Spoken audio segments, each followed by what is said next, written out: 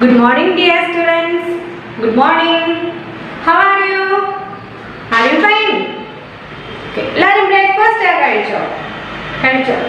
എന്തുവായിരുന്നു നിങ്ങളുടെ ബ്രേക്ക്ഫാസ്റ്റ്? എന്തുവായിരുന്നു എല്ലാവരും കഴിച്ചത്? ഓരോരുത്തർ ഓരോ വിഭവങ്ങളാണ് കഴിച്ചത് അല്ലേ? ഓക്കെ. നിങ്ങൾ വീട്ടിൽ ഫാമിലി ആയിട്ട് ഒരുമിച്ചിരുന്നാണോ ബ്രേക്ക്ഫാസ്റ്റ് കഴിച്ചത്? ആണോ? ഒരുമിച്ചിരുന്നാണോ കഴിച്ചത്? ചിലരൊക്കെ ഒരുമിച്ചിരുന്ന് കഴിച്ചു അല്ലേ? ചിലര് അല്ലാതെ നിങ്ങൾ ഒറ്റയ്ക്ക് ഇരുന്ന് കഴിച്ചു. ഇപ്പൊ എല്ലാവരും കൂടെ ഒരുമിച്ചിരുന്ന് കഴിക്കാനല്ലേ നിങ്ങൾക്ക് ഇഷ്ടം?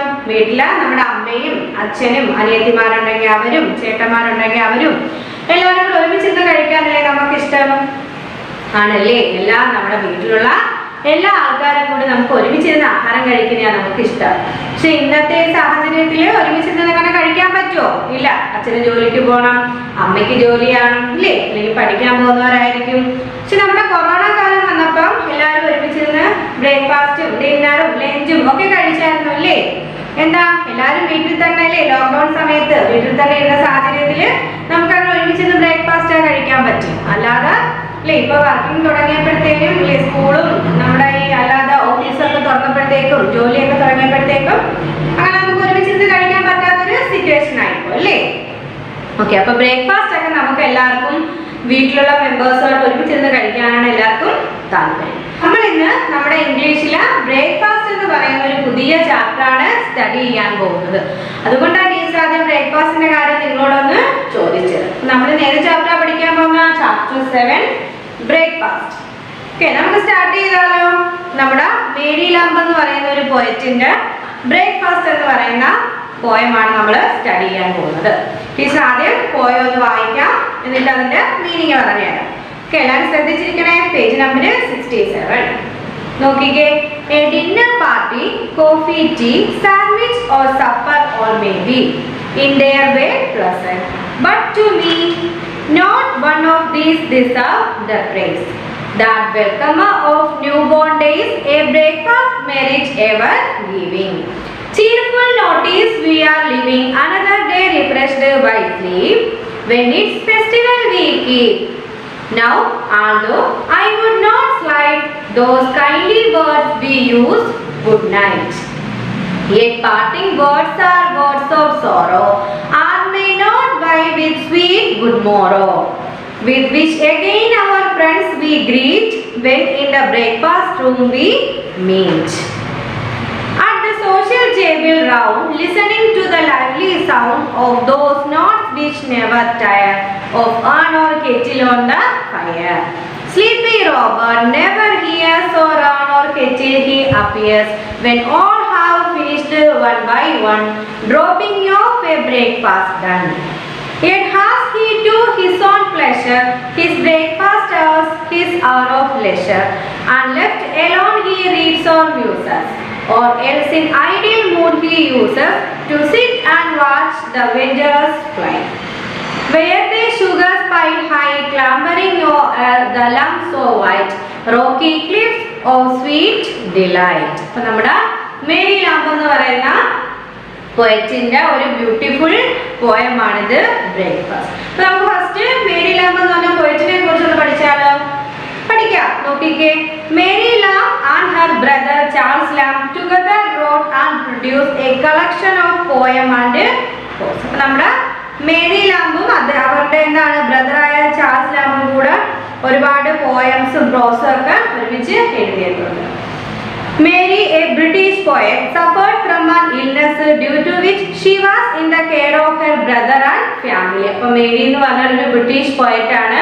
എന്താണ് അവരൊരു അസുഖബാധിതയായിരുന്നു അല്ലേ? ഇൽനെസ്, അവർക്കൊരു അസുഖം ഉണ്ടായിരുന്നു. ഡ്യൂ ടു അത് കാരണം എന്താണ് അവരെ അവരുടെ ബ്രദറും ഫാമിലിയുമായിരുന്നു അവരെ സംരക്ഷിച്ചിരുന്നത്. Tales from Shakespeare, Mrs. Leicester's School and Poetry for Children are some of her famous works. അപ്പോൾ അവരുടെ പ്രധാനപ്പെട്ട കൃതികൾ ഏതൊക്കെയാണ്? Tales from Shakespeare, Mrs. Leicester's School and Poetry for Children. ഇത് മൂന്നും അവരുടെ ഫേമസ് ആയിട്ടുള്ള കൃതികളാണ്.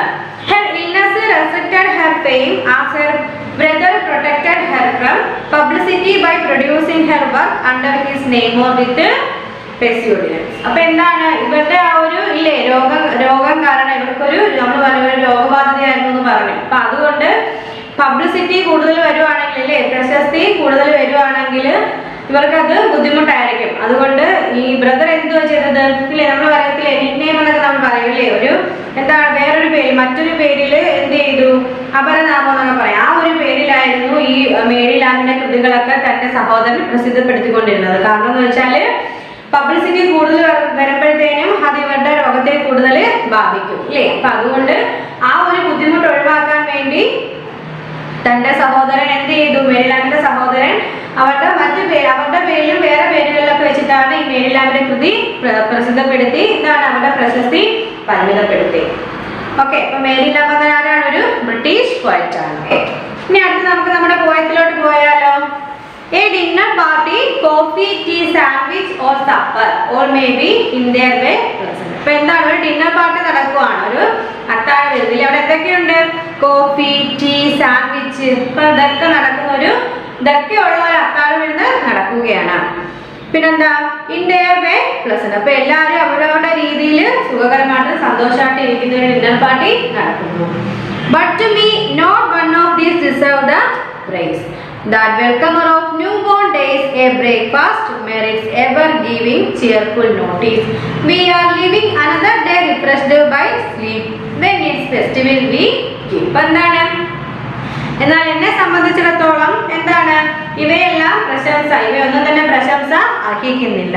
നവജാത ദിനങ്ങളിൽ ഒരു നവജാത ദിനങ്ങളെ എന്ന് വെച്ചാൽ എന്താ, പുതുതായിട്ട് വരുന്ന ഒരു ദിവസം. അപ്പൊ ആ നവജാത ദിനങ്ങളെ സ്വാഗതം ചെയ്യുന്നതെന്ന് വെച്ചാൽ ആരാണ്, ഒരു പ്രഭാത ഭക്ഷണമാണ്. അതായത് നമ്മൾ ബ്രേക്ക്ഫാസ്റ്റ് കഴിക്കുമ്പോൾ എന്ന് വെച്ചാൽ എന്താണ്, ഒരു ദിവസത്തിന്റെ ആരംഭത്തിൽ നമ്മൾ കഴിക്കുന്ന ഭക്ഷണം, അതാണ് ബ്രേക്ക്ഫാസ്റ്റ്. എന്താണ്, ഒരു പുതിയ ദിനത്തിന്റെ തുടക്കമാണ് നമ്മൾ അന്ന് കഴിക്കുന്ന ബ്രേക്ക്ഫാസ്റ്റ് എന്ന് വെച്ചാൽ. അപ്പൊ അന്ന് നമ്മുടെ ദിവസത്തിലേക്കുള്ള ഒരു ആരംഭമാണ് അല്ലേ. ബ്രേക്ക്ഫാസ്റ്റ് കഴിക്കുവാണ് നമ്മൾ അവർ ദിവസത്തിന്റെ ആദ്യം ചെയ്യുന്നത്. എന്ന് വെച്ചാൽ നമ്മൾ എന്താ, ഉറക്കം എഴുന്നേറ്റ് ഫ്രഷ് ആയൊക്കെ കഴിഞ്ഞിട്ട് ചെയ്യുന്ന ബ്രേക്ക്ഫാസ്റ്റ് കഴിക്കും. അപ്പൊ ആ ബ്രേക്ക്ഫാസ്റ്റ് എന്ന് വെച്ചാൽ ആ ഒരു ദിവസത്തിന്റെ നല്ലൊരു തുടക്കമായിരിക്കും. അപ്പൊ നവജാത ദിനങ്ങളെ സ്വാഗതം ചെയ്യുന്ന ആരാണ്, നമ്മുടെ ബ്രേക്ക്ഫാസ്റ്റ് ആണെന്നാണ് പറയുന്നത്. നോക്കിക്കേ, എപ്പോഴെങ്കിലും സന്തോഷകരമായ അറിയിപ്പ് നൽകുന്നു, എന്താ, ഞങ്ങൾ ജീവിച്ചിരിക്കുന്നു എന്ന് അല്ലേ. മറ്റൊരു ദിവസം ഉറക്കത്താൽ ഉന്മേഷദായകമാണ്, അതിന്റെ ഉത്സവം ഞങ്ങൾ ആഘോഷിക്കും. അപ്പൊ എന്താണ്, നമ്മൾ ബ്രേക്ക്ഫാസ്റ്റ് കഴിച്ചിട്ട് അന്നത്തെ ആ ഒരു ദിവസം പൂർത്തിയാക്കുന്നു. അപ്പൊ എന്താ, ബ്രേക്ക്ഫാസ്റ്റ് കഴിക്കുമ്പോൾ നമ്മളെല്ലാം എന്ത് ചെയ്യുന്നു, ഓർക്കുന്നു ഞങ്ങൾ ജീവിച്ചിരിക്കുന്നു എന്നുള്ള എന്താണ്, ഒരു അറിയിപ്പാണ് ആ ഒരു ദിവസത്തിന്റെ തുടക്കം എന്ന് പറയുന്നത്. അപ്പൊ നമ്മൾ എന്ത് ചെയ്യുന്നു, ഉറക്കത്താൽ മറ്റൊരു ദിവസം, അതായത് അന്ന് നമ്മൾ ബ്രേക്ക്ഫാസ്റ്റ് കഴിച്ചിട്ട് രാത്രി ഉറങ്ങാൻ കിടക്കുമ്പോൾ എന്താ, മറ്റൊരു ദിവസം ഉറക്കത്താൽ ഉന്മേഷദായകമാണ്, അതിന്റെ ഉത്സവം ഞങ്ങൾ ആഘോഷിക്കും. പകൽ നമ്മൾ ബ്രേക്ക്ഫാസ്റ്റ് കഴിച്ചു കാര്യങ്ങളൊക്കെ കഴിഞ്ഞ് രാത്രി നമ്മൾ ഉറങ്ങാൻ കിടക്കുന്നു. അതെന്താണ്, മറ്റൊരു ദിവസത്തിലേക്കുള്ള പ്രതീക്ഷയാണ് അല്ലേ. നാളെ ഞങ്ങൾ എഴുന്നേക്കും, ഞങ്ങൾ ജീവിച്ചിരിപ്പുണ്ട് എന്നുള്ളൊരു പ്രതീക്ഷയാണ് അത് നൽകുന്നത്. Now, although I would not slight those kindly words we use, good night, yet parting words are words of sorrow, and may not buy the sweet good morrow with which again our friends we greet when in the breakfast room we meet. ഇപ്പൊ എന്താണ്, ഇപ്പൊ നമ്മള് പ്രഭാത ഭക്ഷണ മുറിയിൽ നമ്മൾ കണ്ടുമുട്ടുമ്പോൾ എന്താ, നമ്മൾ ആരും ഗുഡ് നൈറ്റ് ഒന്നും ഉപയോഗിക്കത്തില്ല. കാരണം അത് നമ്മൾ രാത്രി ഉറങ്ങാൻ പോകുന്നതിന് മുമ്പ് പറയുന്ന വേർഡാണ്. അതൊരെന്താ, ദുഃഖം നിറഞ്ഞ വേർഡാണല്ലേ ഗുഡ് നൈറ്റ്. നമ്മൾ ഇന്നത്തെ ദിവസം തീർന്നു, നമ്മൾ ഉറങ്ങാൻ പോകുന്നു. ഇപ്പൊ ഗുഡ് മോറോ അല്ലെങ്കിൽ ഗുഡ് മോർണിംഗ് എന്ന് പറയുന്ന വാക്കാണ് നമ്മളൊരു ദിവസത്തിന്റെ ആരംഭത്തിൽ നമ്മൾ യൂസ് ചെയ്യുന്നത്. ഗുഡ് മോർണിംഗ് എന്ന് വെച്ചാൽ എന്താണ്, സന്തോഷം നിറഞ്ഞൊരു വാക്കാണ്.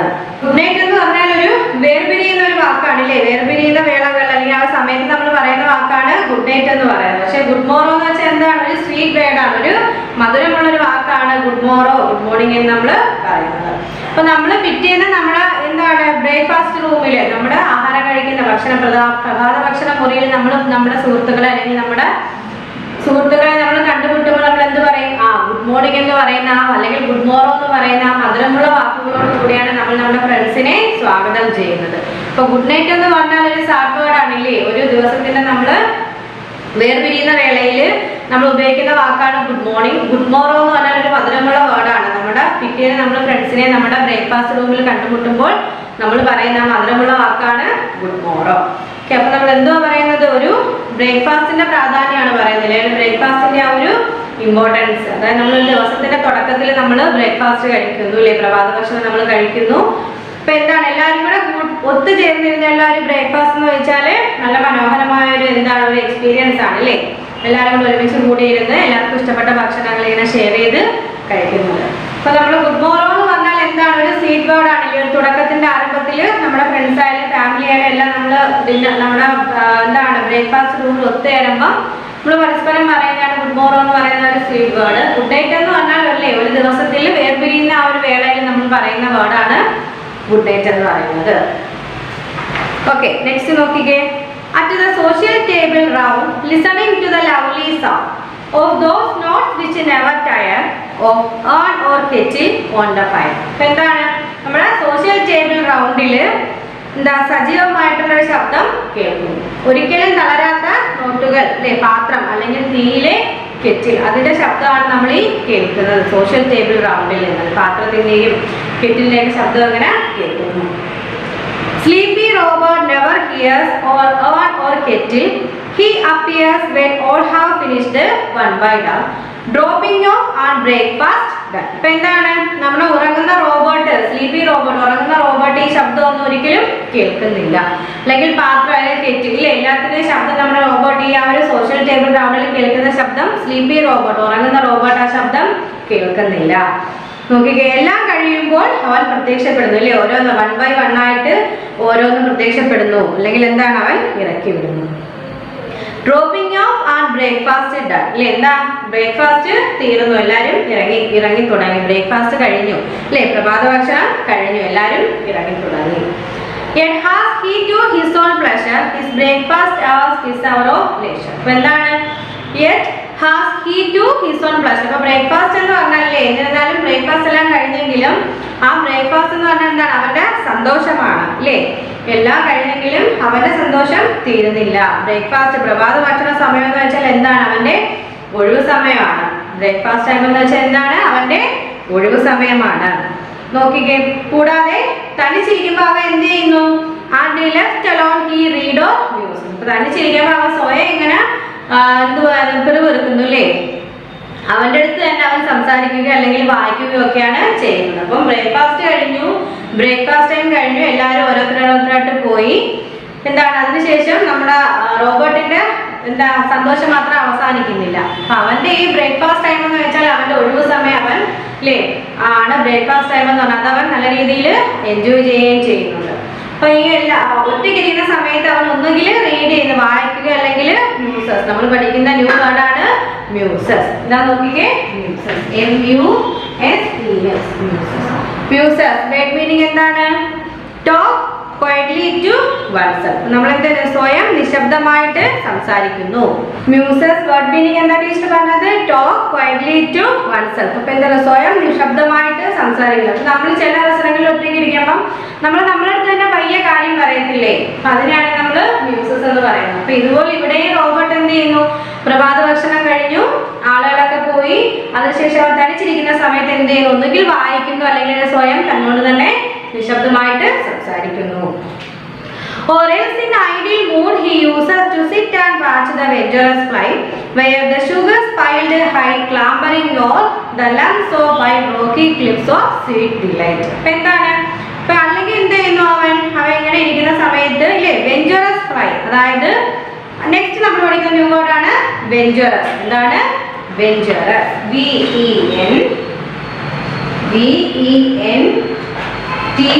VENTUROUS, venturous. Venturous word meaning എന്താ നോക്കിക്കേ, an action that involve risk. Okay, the fly has taken the risk of being sweated and killed by sitting on the sugar. ഇപ്പൊ എന്താണ് പറയുന്നത്, an action that involve risk. ഒരു risk ഉൾപ്പെടുന്ന ഒരു action, ഒരു പ്രവൃത്തിയാണ് നമ്മൾ എന്തെന്ന് പറയുന്നത്, വെഞ്ചറസ് എന്ന് വിളിക്കുന്നത്. അപ്പൊ ഇവിടെ അതുപോലെ നമ്മുടെ റോബോട്ട് എന്ത് ചെയ്യുന്നു, നമ്മുടെ ആ ഒരു നിഷ്ക്രിയ മൂഡില്, എന്തൊരു മൂഡാണ് ആ ഒരു mood he use, ideal mood, ആ ഒരു നിഷ്ക്രിയ മൂഡില് അവൻ എന്ത് ചെയ്യുന്നു, അവൻ ഇങ്ങനെ നോക്കിയിരിക്കുന്നു വെഞ്ചറസ് ഫ്ലൈ, ആ ഒരു റിസ്ക് നിറഞ്ഞ ആ ഒരു പ്രവൃത്തി ചെയ്യുന്ന ആ ഒരു വെഞ്ചറസ് ഫ്ലൈയെ നോക്കിയിരിക്കുന്നു, ഈച്ചയെ നോക്കിയിരിക്കുന്നു. അപ്പൊ എന്താണ് വെഞ്ചറസ് ഫ്ലൈ, അതായത് ഒരു പഞ്ചസാര ഉയർന്നു കിടക്കുന്നതിന്റെ മുകളിലിരിക്കുന്ന മുകളിലിരുന്ന് അല്ലെങ്കിൽ ആ റിസ്ക് ഏറ്റെടുത്ത് ഒരു പ്രവൃത്തി ചെയ്യുന്ന ആ ഈച്ച അവനിങ്ങനെ നോക്കിയിരിക്കുന്നു. നോക്കിക്കേ, where the sugars piled high അല്ലേ, പൊക്കത്തിൽ കിടക്കുന്ന പഞ്ചസാര, ഉയർന്നു കിടക്കുന്ന പഞ്ചസാരത്തിലിരിക്കുന്ന നമ്മുടെ ഈച്ചയെ നോക്കിക്കൊണ്ട് അവൻ ഇരിക്കുന്നു. Clambering on the lumps of white. ഇപ്പൊ എന്താണ് ലംസ് എന്ന് വെച്ചാൽ വൈറ്റ് ആണ് അല്ലേ, ക്ലാംബറിംഗ്. നെക്സ്റ്റ് നമ്മൾ പഠിക്കാൻ ന്യൂ വേർഡ് clambering. നോക്കിക്കേ, clambering, CLAMBERING, clambering. എന്താ clambering വേർഡ് മീനിങ് എന്താ നോക്കിക്കേ? ക്ലൈംബ് അപ്പ് ക്ലംസ്ലി, വിചിത്രമായി കയറുക. അപ്പൊ പഞ്ചസാര ആ ക്യൂബിലെ ആ പഞ്ചസാര കണികകൾ എന്താ വൈറ്റ് കളറാണ് നമുക്കറിയാം അല്ലേ? ലംസ് ഓഫ് വൈറ്റ് ആണ്, ആ പഞ്ചസാര കണികകൾ വൈറ്റ് ആണ്. അപ്പൊ അതിൽ വിചിത്രമായിട്ട് കയറുകയാണ് ആ ഈച്ച. വളരെ റിസ്ക് എടുത്ത് ഈച്ച എന്ത് ചെയ്യുന്നു? ക്ലൈംബ് അപ്പ് ക്ലംസ്ലി എന്ന് വെച്ചാൽ എന്താ? ക്ലാംബറിങ്, അതായത് വിചിത്രമായിട്ട് കയറുന്ന ആ ഈച്ച അവനിങ്ങനെ നോക്കിക്കൊണ്ടിരിക്കുന്നു. ആ പഞ്ചസാര കണികകൾ എന്താണ്? വളരെ വൈറ്റ് ആണ്, വെളുത്തതാണ്. Rocky cliffs of sweet delight. ഇപ്പൊ എന്താണ്? മധുരമായ ആനന്ദത്തിന്റെ പാറക്കെട്ടുകൾ എന്നാണ് ആ പഞ്ചസാരയെ, ആ ഒരു എന്താണ് ഷുഗർ ക്യൂബ് അല്ലെങ്കിൽ ആ പഞ്ചസാര കണികകളെ നമ്മുടെ പോയറ്റ് ഇവിടെ എങ്ങനെയാണ് വിശേഷിപ്പിച്ചിരിക്കുന്നത്? Rocky cliff of sweet delight, മധുരമായ ആനന്ദത്തിന്റെ പാറക്കെട്ടുകൾ. അപ്പൊ അതിലിരിക്കുന്ന ആ ഈച്ച ഇങ്ങനെ നോക്കിക്കൊണ്ടിരിക്കും. ചില സമയത്ത് ഐഡിൽ മൂല, നിഷ്ക്രിയ മൂലലില് എന്ത് ചെയ്യുന്നു? ആ റോബോട്ട് നമ്മുടെ ആ ഒരു ഈച്ച ഇങ്ങനെ, ആ പഞ്ചസാര ക്യൂബിലിരിക്കുന്ന ആ ഈച്ച ഇങ്ങനെ നോക്കിക്കൊണ്ടിരിക്കുന്നു. അപ്പൊ എന്താ ടീച്ചർ പറഞ്ഞത്? നമ്മുടെ റോബോട്ട്, അതായത് നമ്മുടെ സോഷ്യൽ ടേബിൾ റൗണ്ടിൽ നിന്ന് കുറെ ശബ്ദങ്ങളൊക്കെ ഇങ്ങനെ കേൾക്കുന്നു അല്ലെ? ഉറങ്ങിക്കിടക്കുന്ന നമ്മുടെ റോബോട്ട് ആ സൗണ്ട് ഒന്നും കേൾക്കുന്നില്ല. അപ്പൊ പ്രഭാത ഭക്ഷണം കഴിഞ്ഞു, എല്ലാവരും ഓരോരുത്തരോരുത്തരായിട്ട് പോയി. അതിനുശേഷം നമ്മുടെ റോബോട്ട് എന്ത് ചെയ്യുന്നു? ഒറ്റയ്ക്ക് അവൻ ഇങ്ങനെ ഇരിക്കുന്നു. അപ്പൊ ഇരിക്കുന്ന സമയത്ത് ഈ ബ്രേക്ക്ഫാസ്റ്റ് ടൈം എന്ന് വെച്ചാൽ അവന്റെ ഒഴിവ് സമയം ആണ്. അത് അവൻ വളരെ നല്ല രീതിയിൽ എൻജോയ് ചെയ്യുന്നുമുണ്ട്. അപ്പൊ ഒറ്റയ്ക്കാവുന്ന സമയത്ത് ഒന്നുകിൽ അവൻ വായിക്കുന്നു, അല്ലെങ്കിൽ എന്ത് ചെയ്യുന്നു? ന്യൂസസ്, സ്വയം തന്നോട് തന്നെ സംസാരിച്ചുകൊണ്ടിരിക്കുന്നു. അല്ലെങ്കിൽ എന്ത് ചെയ്യുന്നു? ആ ഒരു വെഞ്ചറസ് പ്ലേ, നമ്മുടെ പഞ്ചസാര ക്യൂബിൽ ഉയർന്നു കിടക്കുന്ന പഞ്ചസാര ക്യൂബിൽ കയറാൻ ശ്രമിക്കുന്നു. അല്ലെങ്കിൽ അതിൽ കയറുന്ന ആ ഒരു പ്രവൃത്തി, റിസ്ക് നിറഞ്ഞ ഒരു പ്രവൃത്തി ചെയ്യുന്ന നമ്മുടെ ഈച്ചയെ നോക്കിക്കൊണ്ടിരിക്കുന്നു. അപ്പൊ ആ ഒരു പഞ്ചസാര നമ്മുടെ എന്താണ് ഈ നമ്മുടെ പോയറ്റ് അതിന് പറയുന്നത് എന്താണ്? Rocky cliffs of sweet delight അല്ലേ? മധുരമായ ആനന്ദത്തിന്റെ പാറക്കെട്ടുകൾ എന്ന് വിളിക്കുന്നു. വളരെ നല്ല പോയല്ലായിരുന്നു, വളരെ സിമ്പിൾ ആയിട്ടുള്ള വളരെ നല്ലൊരു പോയായിരുന്നു. ഓക്കെ, ഇനി നമുക്ക് end of the chapter exercise ഒന്ന് നോക്കിയാലോ. അതിൽ ഫസ്റ്റ് നോക്കിക്കേ, reading comprehension. Okay, on the basis of your understanding of the poem select ചെയ്ത കറക്റ്റ് ഓപ്ഷൻ. നമ്മളത് വായിച്ച് നോക്കിയിട്ട് ഏത് ഓപ്ഷൻ ആണ് കറക്റ്റ് ആണ് നമ്മൾ ആൻസർ ചെയ്യുന്നത്. First question, the central theme of this poem is. ഈ നമ്മുടെ പോയത്തിന്റെ അല്ലേ സെൻട്രൽ തീം എന്തായിരുന്നു? മെയിൻ ആയിട്ടുള്ള വിഷയം എന്തുവാണ്? First option, about food, kitchen, talk, fashion. അതായത് ഫുഡിനെ കുറിച്ചും കിച്ചനെ കുറിച്ചും ടോക്സിനെ കുറിച്ചും ഫാഷനെ കുറിച്ചും ഒക്കെയായിരുന്നു ഈ poem. Next option, about the different meals that we eat. നമ്മൾ കഴിക്കുന്ന അല്ലേ പല ആഹാരത്തെ കുറിച്ചുള്ളതായിരുന്നു. Breakfast time being the best time of the day. അതോ ബ്രേക്ക്ഫാസ്റ്റ് ടൈം എന്ന് പറയുന്നത് ഒരു ദിവസത്തിന്റെ ബെസ്റ്റ് ടൈം ഇതായിരുന്നു. ഏത് തീമായിരുന്നു നമ്മുടെ ഈ പോയത്തിന്റെ സെൻട്രൽ തീം എന്ന് പറയുന്നത്? ഏതായിരുന്നു? നമ്മുടെ ഓപ്ഷൻ സി ആണ്. Breakfast time being the best time of the day. അതായത് നമ്മുടെ പ്രഭാത ഭക്ഷണ സമയമാണ് ഒരു ദിവസത്തിന്റെ ഏറ്റവും നല്ല സമയം എന്ന് പറഞ്ഞു. ഫാമിലി മെമ്പേഴ്സ് എല്ലാം കൂടെ ഒരുമിച്ച് കൂടിയിരുന്ന് നമുക്ക് ഇഷ്ടപ്പെട്ട ആഹാരം ഷെയർ ഒക്കെ ചെയ്ത് കഴിക്കുന്ന ഒരു ദിവസത്തിന്റെ ഇല്ലേ നല്ല തുടക്കം. ബ്രേക്ക്ഫാസ്റ്റ് ടൈം ആണ് ഒരു ദിവസത്തിന്റെ അല്ലേ നല്ല സമയം എന്ന് പറയുന്നത്. ഏതാണ്? ബ്രേക്ക്ഫാസ്റ്റ് ആണ്. അതാണ് നമ്മുടെ പോയത്തിന്റെ സെൻട്രൽ തീം എന്ന് പറയുന്നത്. അപ്പൊ നമ്മുടെ ആൻസർ എന്താ? Option C, breakfast time being the best time of the day. Clear ആയോ? ഓക്കെ, അടുത്ത നെക്സ്റ്റ് ക്വസ്റ്റ്യൻ നോക്കിക്കേ. Breakfast is very special.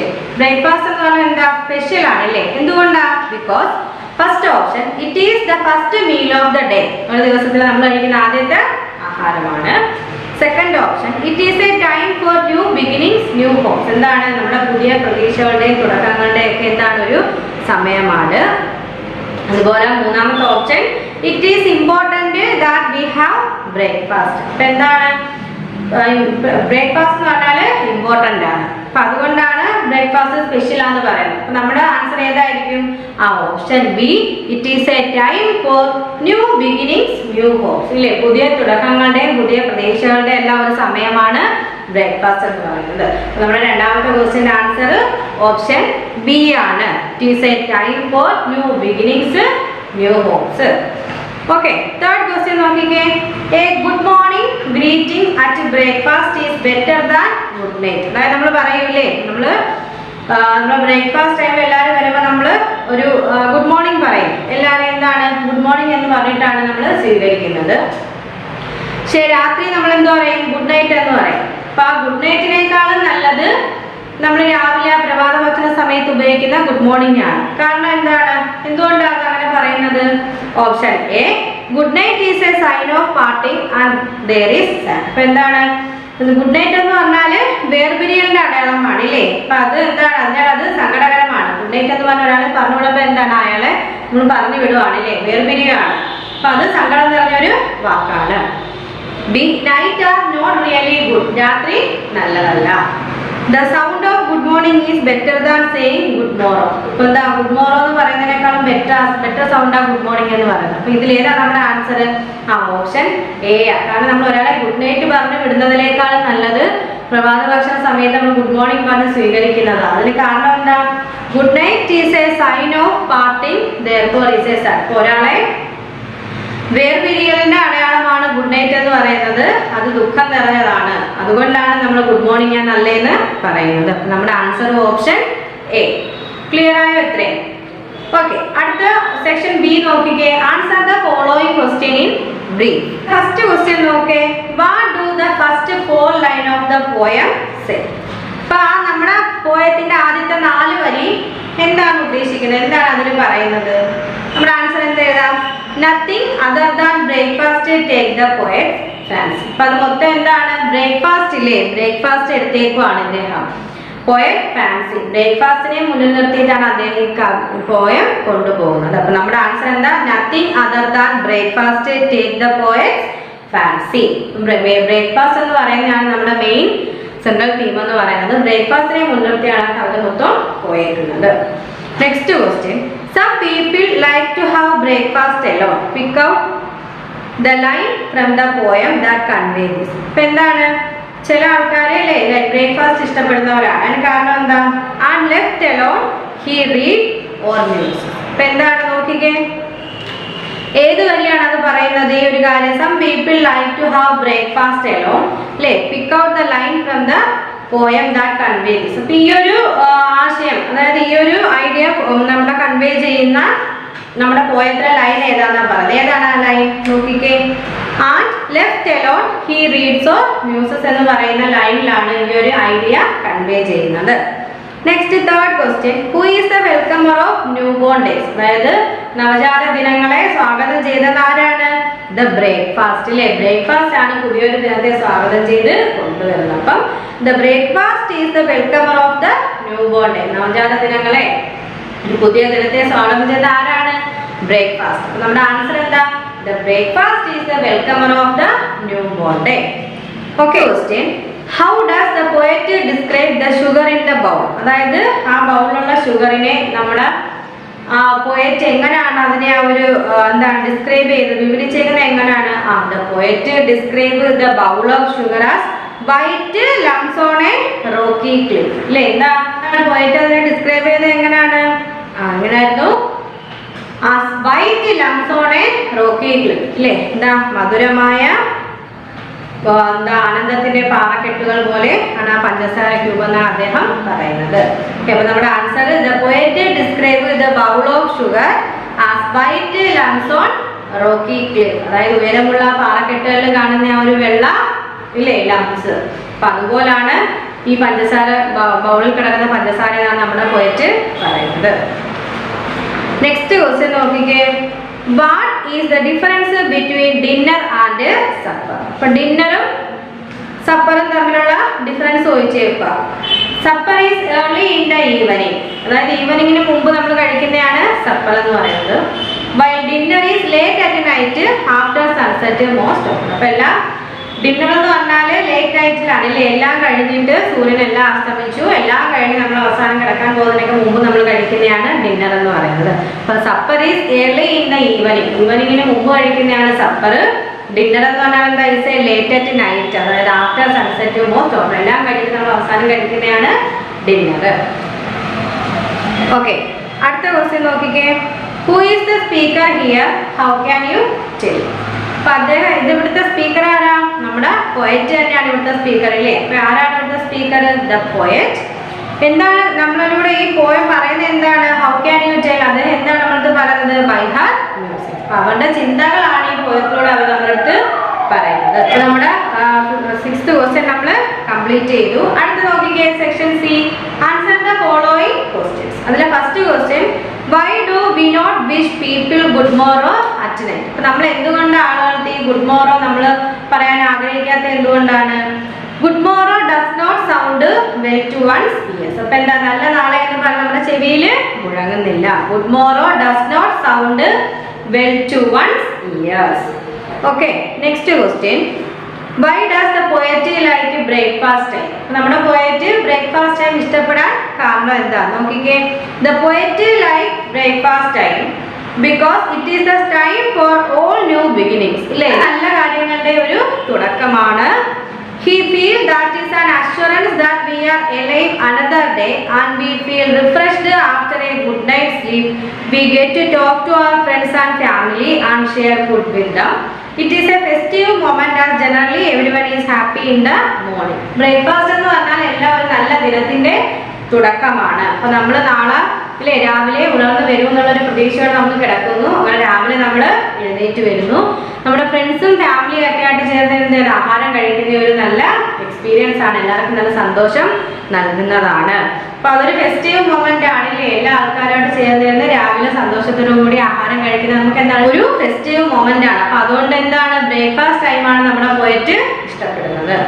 Next question നോക്കിക്കേ, what is the meaning of the two line given below of those notes which never tire of on or kettle on the fire? അതിന്റെ meaning എന്താ? It talk about the stories people talk about regarding tea and recipes, അല്ലേ, gossips and snippets happening in one's life. ഇപ്പൊ എന്താണ്, എല്ലാവരും കൂടെ കൂടിയിരിക്കുമ്പോൾ stories പറയാറുണ്ട്, gossip പറയാറുണ്ട്, ഇല്ലേ, ടീ കുടിച്ചോണ്ട് ഇതെല്ലാം ചെയ്യാറുണ്ട്. Okay, next question. What does the poet convey the phrase of earn and of kettle on fire? അപ്പോൾ അതുകൊണ്ട് ഈ കവി ഇവിടെ ഉദ്ദേശിക്കുന്ന ഫ്രേസസ് യൂസ് ചെയ്യുന്നത് എന്താണ്? All the conversations that take place around the breakfast table. അതായത് ബ്രേക്ക്ഫാസ്റ്റ് ടേബിളിന് ചുറ്റും ഇരുന്നിട്ടാണ് നമ്മൾ എല്ലാ സംസാരങ്ങളെ ആളുകൾ തമ്മിലുള്ള സംഭാഷണങ്ങൾ നടക്കുന്നത് എവിടെ ഇരുന്നാണ്? ബ്രേക്ക്ഫാസ്റ്റ് ടേബിളിന് ചുറ്റും ഇരുന്നുകൊണ്ടാണ്. അതുകൊണ്ടാണ് ഇവിടെ പോയിട്ട് ഈ ഒരു urn and of kettles on fire, അതായത് എന്താ, ഈ ബ്രേക്ക്ഫാസ്റ്റ് ടൈമിലാണ് എല്ലാ ആൾക്കാരും ഇരുന്ന് പല പല കാര്യങ്ങൾ പറയുന്നത്, അവരുടെ എന്താ സംസാരങ്ങളൊക്കെ നടക്കുന്ന ഈ ഒരു ബ്രേക്ക്ഫാസ്റ്റ് ടേബിളിന് ചുറ്റുമാണ്.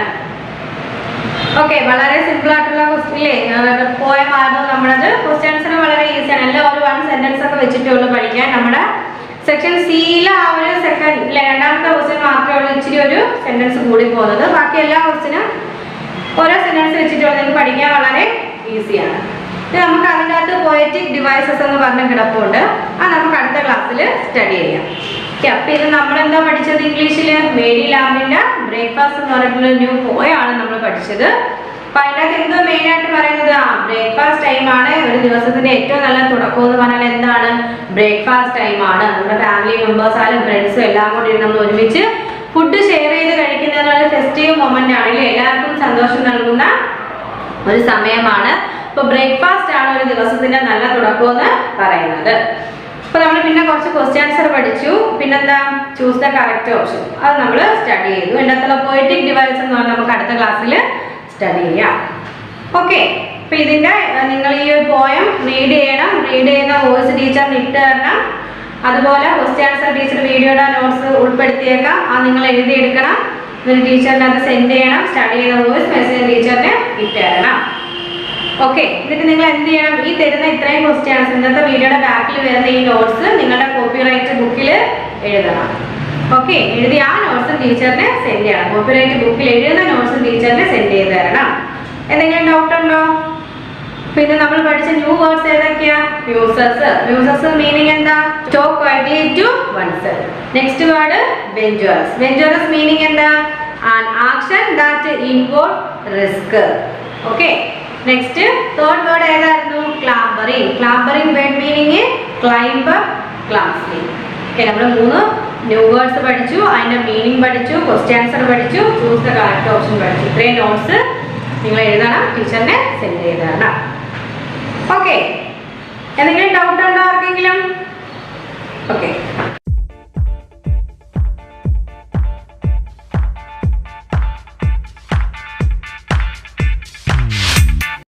ഇനി നമുക്ക് കുറച്ച് ബേസിക് സയൻസ് സ്റ്റഡി ചെയ്താലോ? എല്ലാവരും റെഡി അല്ലേ? നമ്മൾ ഏത് ചാപ്റ്റർ ആയിരുന്നു പഠിച്ചുകൊണ്ടിരുന്നത്? Chapter trait habitat and adaptation അല്ലേ. എന്തായിരുന്നു ഹാബിറ്റേറ്റ് അല്ലെങ്കിൽ ആവാസ വ്യവസ്ഥ എന്ന് വെച്ചാൽ എന്തായിരുന്നു? The place where an organism lives naturally is called its habitat. ഇപ്പൊ എന്താണ്? ഒരു ഓർഗാനിസം ഇല്ലേ, ഒരു ജീവജാലം അത് നാച്ചുറലി സ്ഥിതി ചെയ്യുന്ന അതിന്റെ ജീവിക്കുന്ന അതിന്റെ ആ ഒരു സ്ഥലം അല്ലെ, അതിനാണ് നമ്മൾ ആവാസ വ്യവസ്ഥ ഹാബിറ്റേറ്റ് എന്ന് വിളിച്ചത്. നമ്മൾ കമ്പോണന്റ് ഓഫ് ഹാബിറ്റേറ്റ് പഠിച്ചു. ബയോട്ടിക് കമ്പോണന്റ് ഉണ്ട്, അബയോട്ടിക് കമ്പോണന്റ് ഉണ്ട്, ക്ലൈമാറ്റിക് ഫാക്ടർ, എഡാമിക് ഫാക്ടേഴ്സ്, ഇതെല്ലാം നമ്മൾ നോക്കി. പിന്നെ നമ്മൾ ഓട്ടോട്രോപ്സ് അല്ലെങ്കിൽ ബയോട്ടിക് കമ്പോണന്റ് പഠിച്ചപ്പോൾ നമ്മൾ ഓട്ടോട്രോപ്സ് അല്ലെങ്കിൽ പ്രൊഡ്യൂസേഴ്സ് പഠിച്ചു. ആരായിരുന്നു ഓട്ടോട്രോപ്സ്? ഫുഡ് സ്വയം പ്രിപ്പയർ ചെയ്ത് കഴിക്കുന്ന ഓർഗനിസത്തെയാണ് നമ്മൾ ഓട്ടോട്രോപ്സ് അല്ലെങ്കിൽ പ്രൊഡ്യൂസേഴ്സ് എന്ന് വിളിച്ചത്. ഹെറ്ററോട്രോപ്സ് ഓർ കൺസ്യൂമേഴ്സ് എന്ന് വെച്ചാൽ പ്രൊഡ്യൂസ് ചെയ്യുന്ന ഫുഡ് ഭക്ഷിക്കുന്ന ഓർഗനിസത്തെയാണ് നമ്മൾ ഹെറ്ററോട്രോപ്സ് അല്ലെങ്കിൽ കൺസ്യൂമേഴ്സ് എന്ന് വിളിച്ചത്. പിന്നെ അതിന് ഡീകമ്പോസേഴ്സ് ഉണ്ടായിരുന്നു അല്ലേ, വിഘാടകര്, ഈ ഫുഡെല്ലാം വിഘടിപ്പിക്കുന്ന ആൾക്കാർ, വിഘാടകര്. ഇത്രയും കാര്യങ്ങൾ നമ്മൾ പഠിച്ചു. പിന്നെ അബയോട്ടിക് കമ്പോണന്റ് ആൻഡ് അഡാപ്റ്റേഷൻസ് നമ്മൾ പഠിച്ചു. അതായത് ഒരു അബയോട്ടിക് കമ്പോണന്റ് ഉണ്ട്, എയർ, അതുപോലെ തന്നെ ലൈറ്റ് ഇല്ലേ, വാട്ടർ, ഇതെല്ലാം അബയോട്ടിക് കമ്പോണന്റ് ആണ്. അപ്പം ഈ കമ്പോണന്റുമായിട്ട് ഓരോ ജീവികളുടെ അഡാപ്റ്റേഷൻസ്, പൊരുത്തപ്പെടലുകളാണ് നമ്മൾ സ്റ്റഡി ചെയ്തുകൊണ്ടിരുന്നത്. അപ്പൊ അതിലാണ് നമ്മൾ എയർ പഠിച്ചു. ഇനി അടുത്ത രണ്ടാമത്തെ കാര്യമാണ് ലൈറ്റ് എന്ന് പറയുന്നത്. ഏതാണ്? ലൈറ്റ്. അബയോട്ടിക് കമ്പോണന്റിന്റെ നെക്സ്റ്റ് ആണ് ലൈറ്റ്. ഈ ലൈറ്റുമായിട്ട് ഓരോ ജീവികൾ എങ്ങനെ അഡാപ്റ്റേഷൻ നടത്തുന്നു എന്നുള്ളത്, നമുക്ക് പൊരുത്തപ്പെടുന്നു എന്നുള്ളത് നമുക്ക് നോക്കാം. അപ്പൊ നെക്സ്റ്റ് നമ്മൾ പഠിക്കുന്ന ഏതാണ്? ലൈറ്റ്. നോക്കിക്കേ, plants need sunlight to manufacture food. എന്താ വേണം? ഫുഡ് പ്രിപ്പയർ ചെയ്യാൻ എല്ലാ അല്ലേ പ്ലാന്റ്സിന്, സസ്യങ്ങൾക്ക് എന്ത് വേണം? ലൈറ്റ് വേണം, സൺലൈറ്റ് വേണം. Other organism depend on plants for food. അപ്പം ഫുഡിന് വേണ്ടിയിട്ട് മറ്റെല്ലാ ഓർഗാനിസം എന്ത് ചെയ്യുന്നു? പ്ലാന്റിനെ ഡിപ്പെൻഡ് ചെയ്യുന്നു. Thus without light there would be no life. ഇപ്പൊ എന്താ? ലൈറ്റ്, വെളിച്ചമില്ലെങ്കിൽ ജീവിതം ഇല്ല. But that is not all. Changes in light affect all organism. അത് മാത്രമല്ല, നമ്മുടെ ഈ ലൈറ്റിന്റെ ഒരു എഫക്റ്റിലെ ലൈറ്റ് എഫക്റ്റ് ചേഞ്ച്, വെളിച്ചത്തിന്റെ വ്യത്യാസം എല്ലാ ഓർഗാനിസത്തെയും ബാധിക്കുന്നു. The day and night or light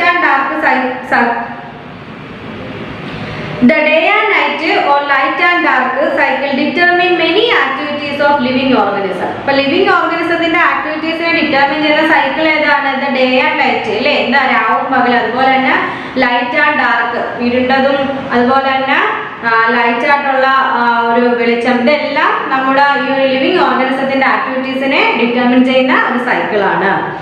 We respond to ourselves by being active during the day and sleeping at night. അപ്പോൾ നമ്മൾ എന്ത് ചെയ്യുന്നു? നമ്മൾ പകൽ ഡേയിലെല്ലാം നമ്മൾ ആക്ടിവിറ്റീസ് ചെയ്തിട്ട് നൈറ്റ് നമ്മൾ എന്ത് ചെയ്യുന്നു? ഉറങ്ങി. ആ ഒരു രീതിയിലാണ് നമ്മൾ വെളിച്ചത്തോട് പ്രതികരിക്കുന്നത്.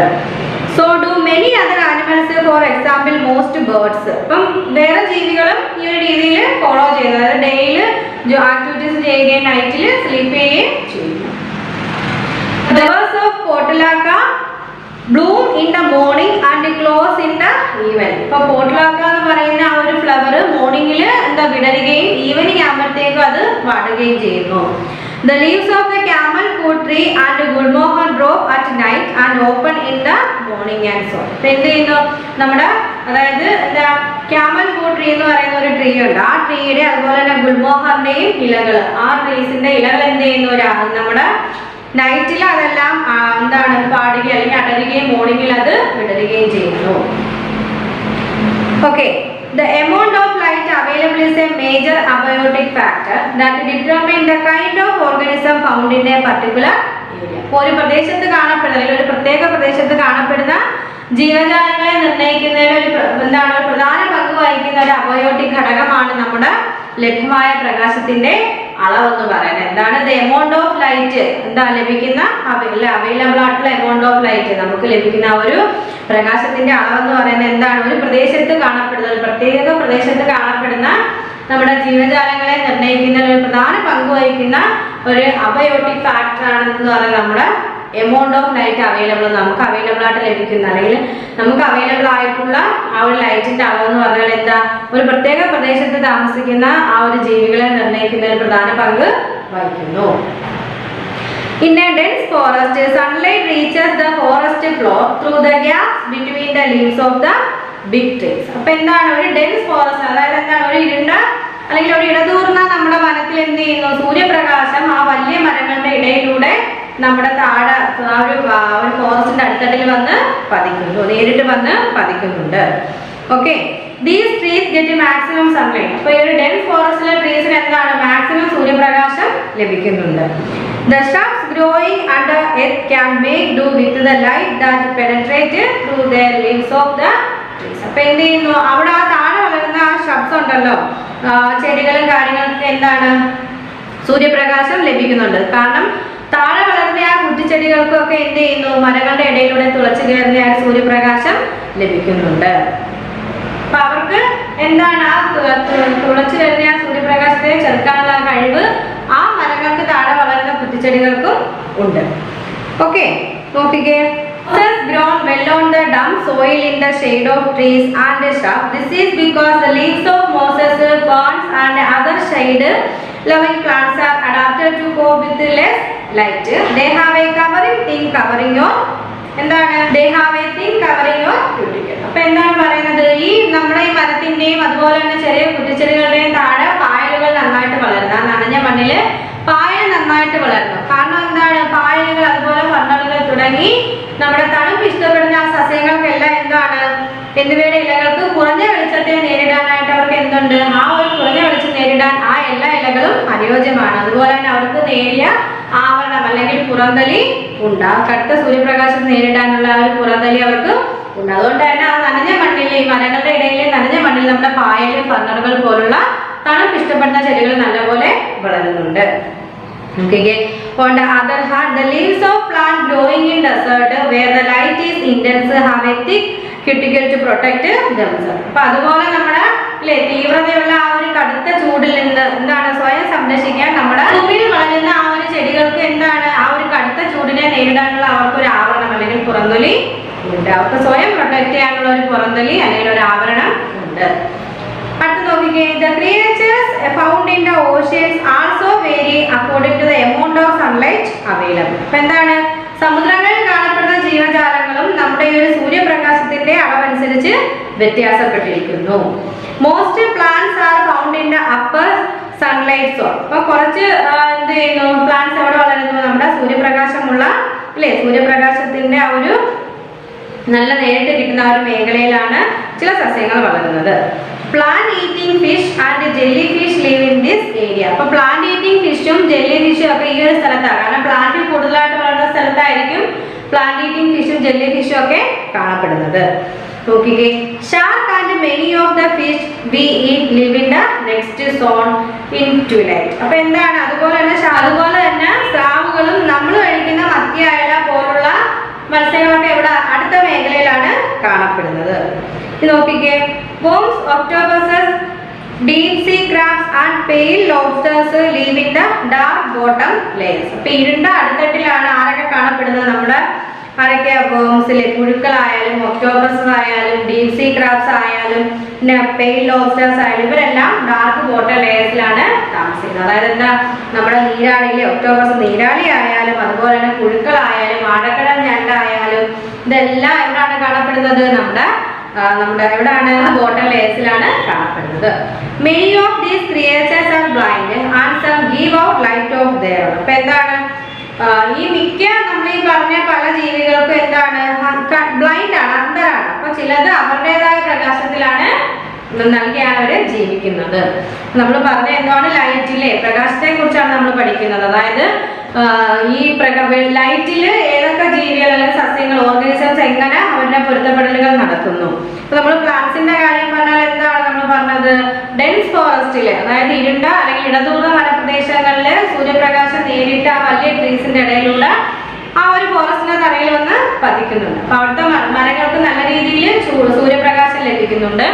അതുപോലെ തന്നെ ആ മരങ്ങൾക്ക് താഴെ വളരുന്ന ചെടികളും നല്ല രീതിയിൽ വളരുന്നു. അവർക്ക് എന്താണ് സൂര്യപ്രകാശത്തെ ചേർത്ത് നിൽക്കാനുള്ള കഴിവുണ്ട്. അപ്പൊ അതിന്റെ താഴെ വളരുന്ന പായലുകളും അതുപോലെ ഫർണലുകളൊക്കെ എന്താ നല്ലപോലെ വളരുന്നു. അവരുടെ ഇലകൾക്ക് ഈ ഒരു സൂര്യപ്രകാശത്തെ ചെറുക്കാനുള്ള ശക്തിയുണ്ട്. അതുപോലെ തന്നെ അവർക്ക് സ്വയം സംരക്ഷിക്കാനുള്ള ആവരണം അല്ലെങ്കിൽ പുറന്തലി ഉണ്ടെന്ന് പറഞ്ഞു.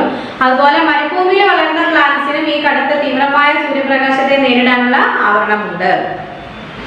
പിന്നെ നമ്മൾ പറഞ്ഞ എന്താണ്, നമ്മുടെ ഈ ഒരു സമുദ്രത്തിന്റെ കാര്യം പറഞ്ഞപ്പം ചില എന്താണ് പ്ലാന്റ്സ് എല്ലാം എവിടെ വളരുന്നു, സൂര്യപ്രകാശം നേരിട്ട് നിൽക്കുന്ന മേഖലയിലാണ് വളരുന്നത്, മുകളിലെ തട്ടിലായിരിക്കും വളരുന്നത്. അപ്പൊ അവിടെ ആയിരിക്കും ജെല്ലി ഫിഷും ഈ പ്ലാന്റ് ഫിഷ്, അതായത് പ്ലാന്റ്സ് കഴിക്കുന്ന ആ ഒരു ഫിഷും അതുപോലെ ജെല്ലി ഫിഷൊക്കെ ആ ഒരു മേഖലയിലാണ് കൂടുതലായിട്ട് കാണപ്പെടുന്നത്. പിന്നെ നമ്മൾ ഭക്ഷിക്കുന്ന മത്സ്യങ്ങളായാലും അല്ലെങ്കിൽ സ്രാവ് തുടങ്ങിയത് വേറൊരു മേഖലയിൽ വസിക്കുന്നു. ഏറ്റവും എവിടെയാണ്? ഡാർക്ക് ബോട്ടം ലെയേഴ്സിലാണ് നമ്മൾ പറഞ്ഞ ഒക്ടോപസസും അതുപോലെ ലോബ്സ്റ്റേഴ്സ്, ക്രാബ്സ് ഇവരെല്ലാം കാണപ്പെടുന്നത് ഈ ഒരു മേഖലയിലാണ്, ബോട്ടം ഡാർക്ക് ലെയേഴ്സിൽ. അപ്പൊ ഇത് നമ്മൾ പറഞ്ഞ മെനി ഓർഗാനിസത്തിന് എന്താണ്? ബ്ലൈൻഡ് ആണ്. അവർ അവരുടേതായ പ്രകാശം നൽകി ജീവിക്കുന്നു. അപ്പൊ ലൈറ്റിൽ ഓരോന്നും എങ്ങനെയാണ് പൊരുത്തപ്പെടുത്തിയെന്ന് കണ്ടല്ലോ. നെക്സ്റ്റ് അബയോട്ടിക് ഫാക്ടർ ആണ് ടെമ്പറേച്ചർ എന്ന് പറയുന്നത്, ചൂട് അല്ലേ. എന്താണ്? The range of temperature varies in different parts of the earth. നമുക്കറിയാം എല്ലായിടവും ചൂട് ലഭിക്കുന്ന ഒരേപോലെയാണോ എർത്തിൽ? അല്ല, ഭൂമിയിൽ ചൂട് പല സ്ഥലങ്ങളിലും പല രീതിയിലായിരിക്കും ലഭിക്കുന്നത്. This is to a large extent determine the kind of organism found in a particular area. ഇപ്പൊ എന്താണ് നമ്മുടെ ചൂടും എന്ത് സഹായിക്കുന്ന ഒരു പ്രദേശത്ത് കാണപ്പെടുന്ന ജീവികളെ നിർണ്ണയിക്കുന്നതിൽ ഒരു പ്രധാന പങ്ക് വഹിക്കുന്നതാണ് നമ്മുടെ ഈ temperature. Most organism prefer A warm and moist climate. ഇപ്പം കൂടുതലും ഓർഗാനിസം എന്താണ് പ്രിഫർ ചെയ്യുന്നത്? അല്ലേ, ചൂടുള്ളതും ഈർപ്പമുള്ളതുമായിട്ടുള്ള ഒരു സ്ഥലമായിരിക്കും ആരും മോസ്റ്റ് ഓർഗാനിസവും എന്താണ് തിരഞ്ഞെടുക്കുന്നത്. That is why there is such a wide variety of plants and animals in the equatorial and tropical regions. അതുകൊണ്ടാണ് ഭൂമധ്യരേഖ പ്രദേശങ്ങളിലും ഇല്ലേ ഉഷ്ണമേഖലാ പ്രദേശങ്ങളിലും കൂടുതൽ വൈവിധ്യമാണ് സസ്യങ്ങളും മൃഗങ്ങളും കാണുന്നത്. അതുകൊണ്ടാണ്. കാരണം എന്താണ്? മിക്ക ഓർഗാനിസവും സെലക്ട് ചെയ്യുന്നത് എന്താ? വാം ആൻഡ് മോയിസ്റ്റ് ക്ലൈമറ്റ് ആണ് അല്ലേ. ആ ഒരു ചൂടുള്ളതും അതേപോലെ തന്നെ ഈർപ്പമുള്ളതുമായ ഒരു സ്ഥലമായിരിക്കും മിക്ക ഓർഗാനിസം താമസിക്കാൻ വേണ്ടി തിരഞ്ഞെടുക്കുന്നത്. അതുകൊണ്ടാണ് ഇക്വറ്റോറിയൽ ആൻഡ് ട്രോപ്പിക്കൽ റീജിയൻസിൽ വളരെ വൈവിധ്യമുള്ള സസ്യങ്ങളും മൃഗങ്ങളും കാണപ്പെടുന്നത്. Okay. Very few organisms can survive in the intense heat of deserts. അപ്പോൾ കുറച്ച് ഓർഗാനിസം ജീവജാലങ്ങൾക്ക് മാത്രമേ നമ്മുടെ മരുഭൂമിയിൽ ആ ഒരു ചൂടിൽ പിടിച്ചു നിൽക്കാൻ കഴിയൂ. Small animals like rat, snakes and lizard rest in the shade or in burrows during the day in order to avoid the heat. അപ്പോൾ എന്ത് ചെയ്യുന്നു? നമ്മളെ സ്മാൾ ആനിമൽസ് ആയ റാറ്റ്, സ്നേക്ക്, ലിസാർഡ്, അപ്പം പല്ലി ആയാലും പാമ്പായാലും എലി ആയാലും തുടങ്ങിയ ചെറിയ ജീവികൾ എന്തോ ചെയ്യുന്നത്? പകൽ അവർ എന്ത് ചെയ്യുന്നു? ചൂട് ഒഴിവാക്കാൻ വേണ്ടി പകൽ സമയത്ത് അവരുടെ ഏതെങ്കിലും ഒരു തണൽ പ്രദേശത്തോ അല്ലെങ്കിൽ അവരുടെ മാളങ്ങളിലോ കയറി ഇരിക്കുകയാണ് ചെയ്യുന്നത്, ആ ഒരു ചൂട് ഒഴിവാക്കാൻ വേണ്ടി. They become active only during the night. അവർ നൈറ്റ് സമയത്ത് മാത്രമായിരിക്കും ആക്റ്റീവ് ആയിട്ടുള്ളത്. ബാക്കി പകൽ സമയത്ത് ആ ചൂട് ഒഴിവാക്കാൻ വേണ്ടി അവർ അവരുടെ മാളങ്ങളിൽ തന്നെ ഇരിക്കുക അല്ലെങ്കിൽ വേറെ ഏതെങ്കിലും തണലുള്ള പ്രദേശങ്ങളിലോ ഇരിക്കുകയോ ചെയ്യുന്നു. Some even spend the entire summer in a state of sleep called എന്താണ്? എസ്റ്റിവേഷൻ. ഇപ്പൊ എന്താ വിളിക്കുന്നത്? ചില ജീവികൾ എന്താ ചെയ്യുന്നത്? അവരുടെ സമ്മർ സീസൺ മുഴുവൻ ഇല്ലേ, ആ ഒരു സമ്മർ സീസൺ മുഴുവനും ഉറക്കമായിരിക്കും അവരുടെ മെയിൻ ജോലി എന്ന് പറയുന്നത്. സമ്മർ സീസണിൽ എന്ത് ചെയ്യുന്നു? ചില ഓർഗാനിസംസ് സമ്മർ സീസണിൽ മുഴുവനും ഉറങ്ങുമായിരിക്കും ചെയ്യുന്നത്. അവരെയാണ് നമ്മൾ എന്ത് വിളിക്കുന്നത്? എസ്റ്റിവേഷൻ എന്ന് വിളിക്കുന്നത്. അവരെ നമ്മൾ എന്ത് പേരിലാണ് വിളിക്കുന്നത്? എസ്റ്റിവേഷൻ. ESTIVATION. എസ്റ്റിവേഷൻ എന്നാണ് അവരെ വിളിക്കുന്നത്. അതായത് ഡ്യൂറിങ് സമ്മർ സീസൺ മുഴുവനും അല്ലേ ഉറങ്ങി തീർക്കുന്ന ആ ഒരു കാര്യമാണ് നമ്മൾ എസ്റ്റിവേഷൻ എന്ന് പറയുന്നത്. ക്ലിയർ ആയോ? നെക്സ്റ്റ് നോക്കിക്കേ. The camel is one animal that has developed marvelous adaptations to cope with the heat and shortage of water in deserts. അപ്പോൾ ക്യാമൽ നമ്മുടെ ഒട്ടകമാണ് ഒരേ ഒരു മൃഗം. എന്താണ്? നമ്മുടെ മരുഭൂമിയിൽ ജീവിക്കാനില്ലേ, മരുഭൂമിയിൽ ജീവിക്കാൻ ആ ഒരു കടുത്ത ചൂടിലും ആ ഒരു വെള്ളമില്ലാത്ത അവസ്ഥയിലും ഒക്കെ ജീവിക്കാൻ വേണ്ടിയിട്ട് തൻ്റെ ആ ഒരു ജീവിതശൈലിയിലെ അഡാപ്റ്റേഷൻ അതുമായിട്ട് പൊരുത്തപ്പെട്ട് നിൽക്കുന്ന ഒരേ ഒരു അനിമലാണ് നമ്മുടെ ഒട്ടകം എന്ന് പറയുന്നത്. We will discuss this in the next section. We will also discuss the adaptations of plant living in desert and desert-like regions. അപ്പോൾ എന്താണ്? നമ്മുടെ ക്യാമലാണ് ആ ഒരു കടുത്ത ചൂടിലും ആ ഒരു വെള്ളം കിട്ടാത്ത ആ ഒരു അവസ്ഥയിൽ നമ്മുടെ മരുഭൂമിയിൽ ജീവിക്കത്തക്ക രീതിയിൽ തൻ്റെ ആ ഒരു ശൈലി ഇല്ലേ അല്ലെങ്കിൽ ആ ഒരു അവസ്ഥയുമായിട്ട് പൊരുത്തപ്പെട്ട് പോകാൻ ആ ഒരു രീതി ക്രിയേറ്റ് ചെയ്ത് വെച്ചേക്കുന്ന ഒരേ ആനിമലാണ് നമ്മുടെ ക്യാമൽ എന്ന് പറയുന്നത്.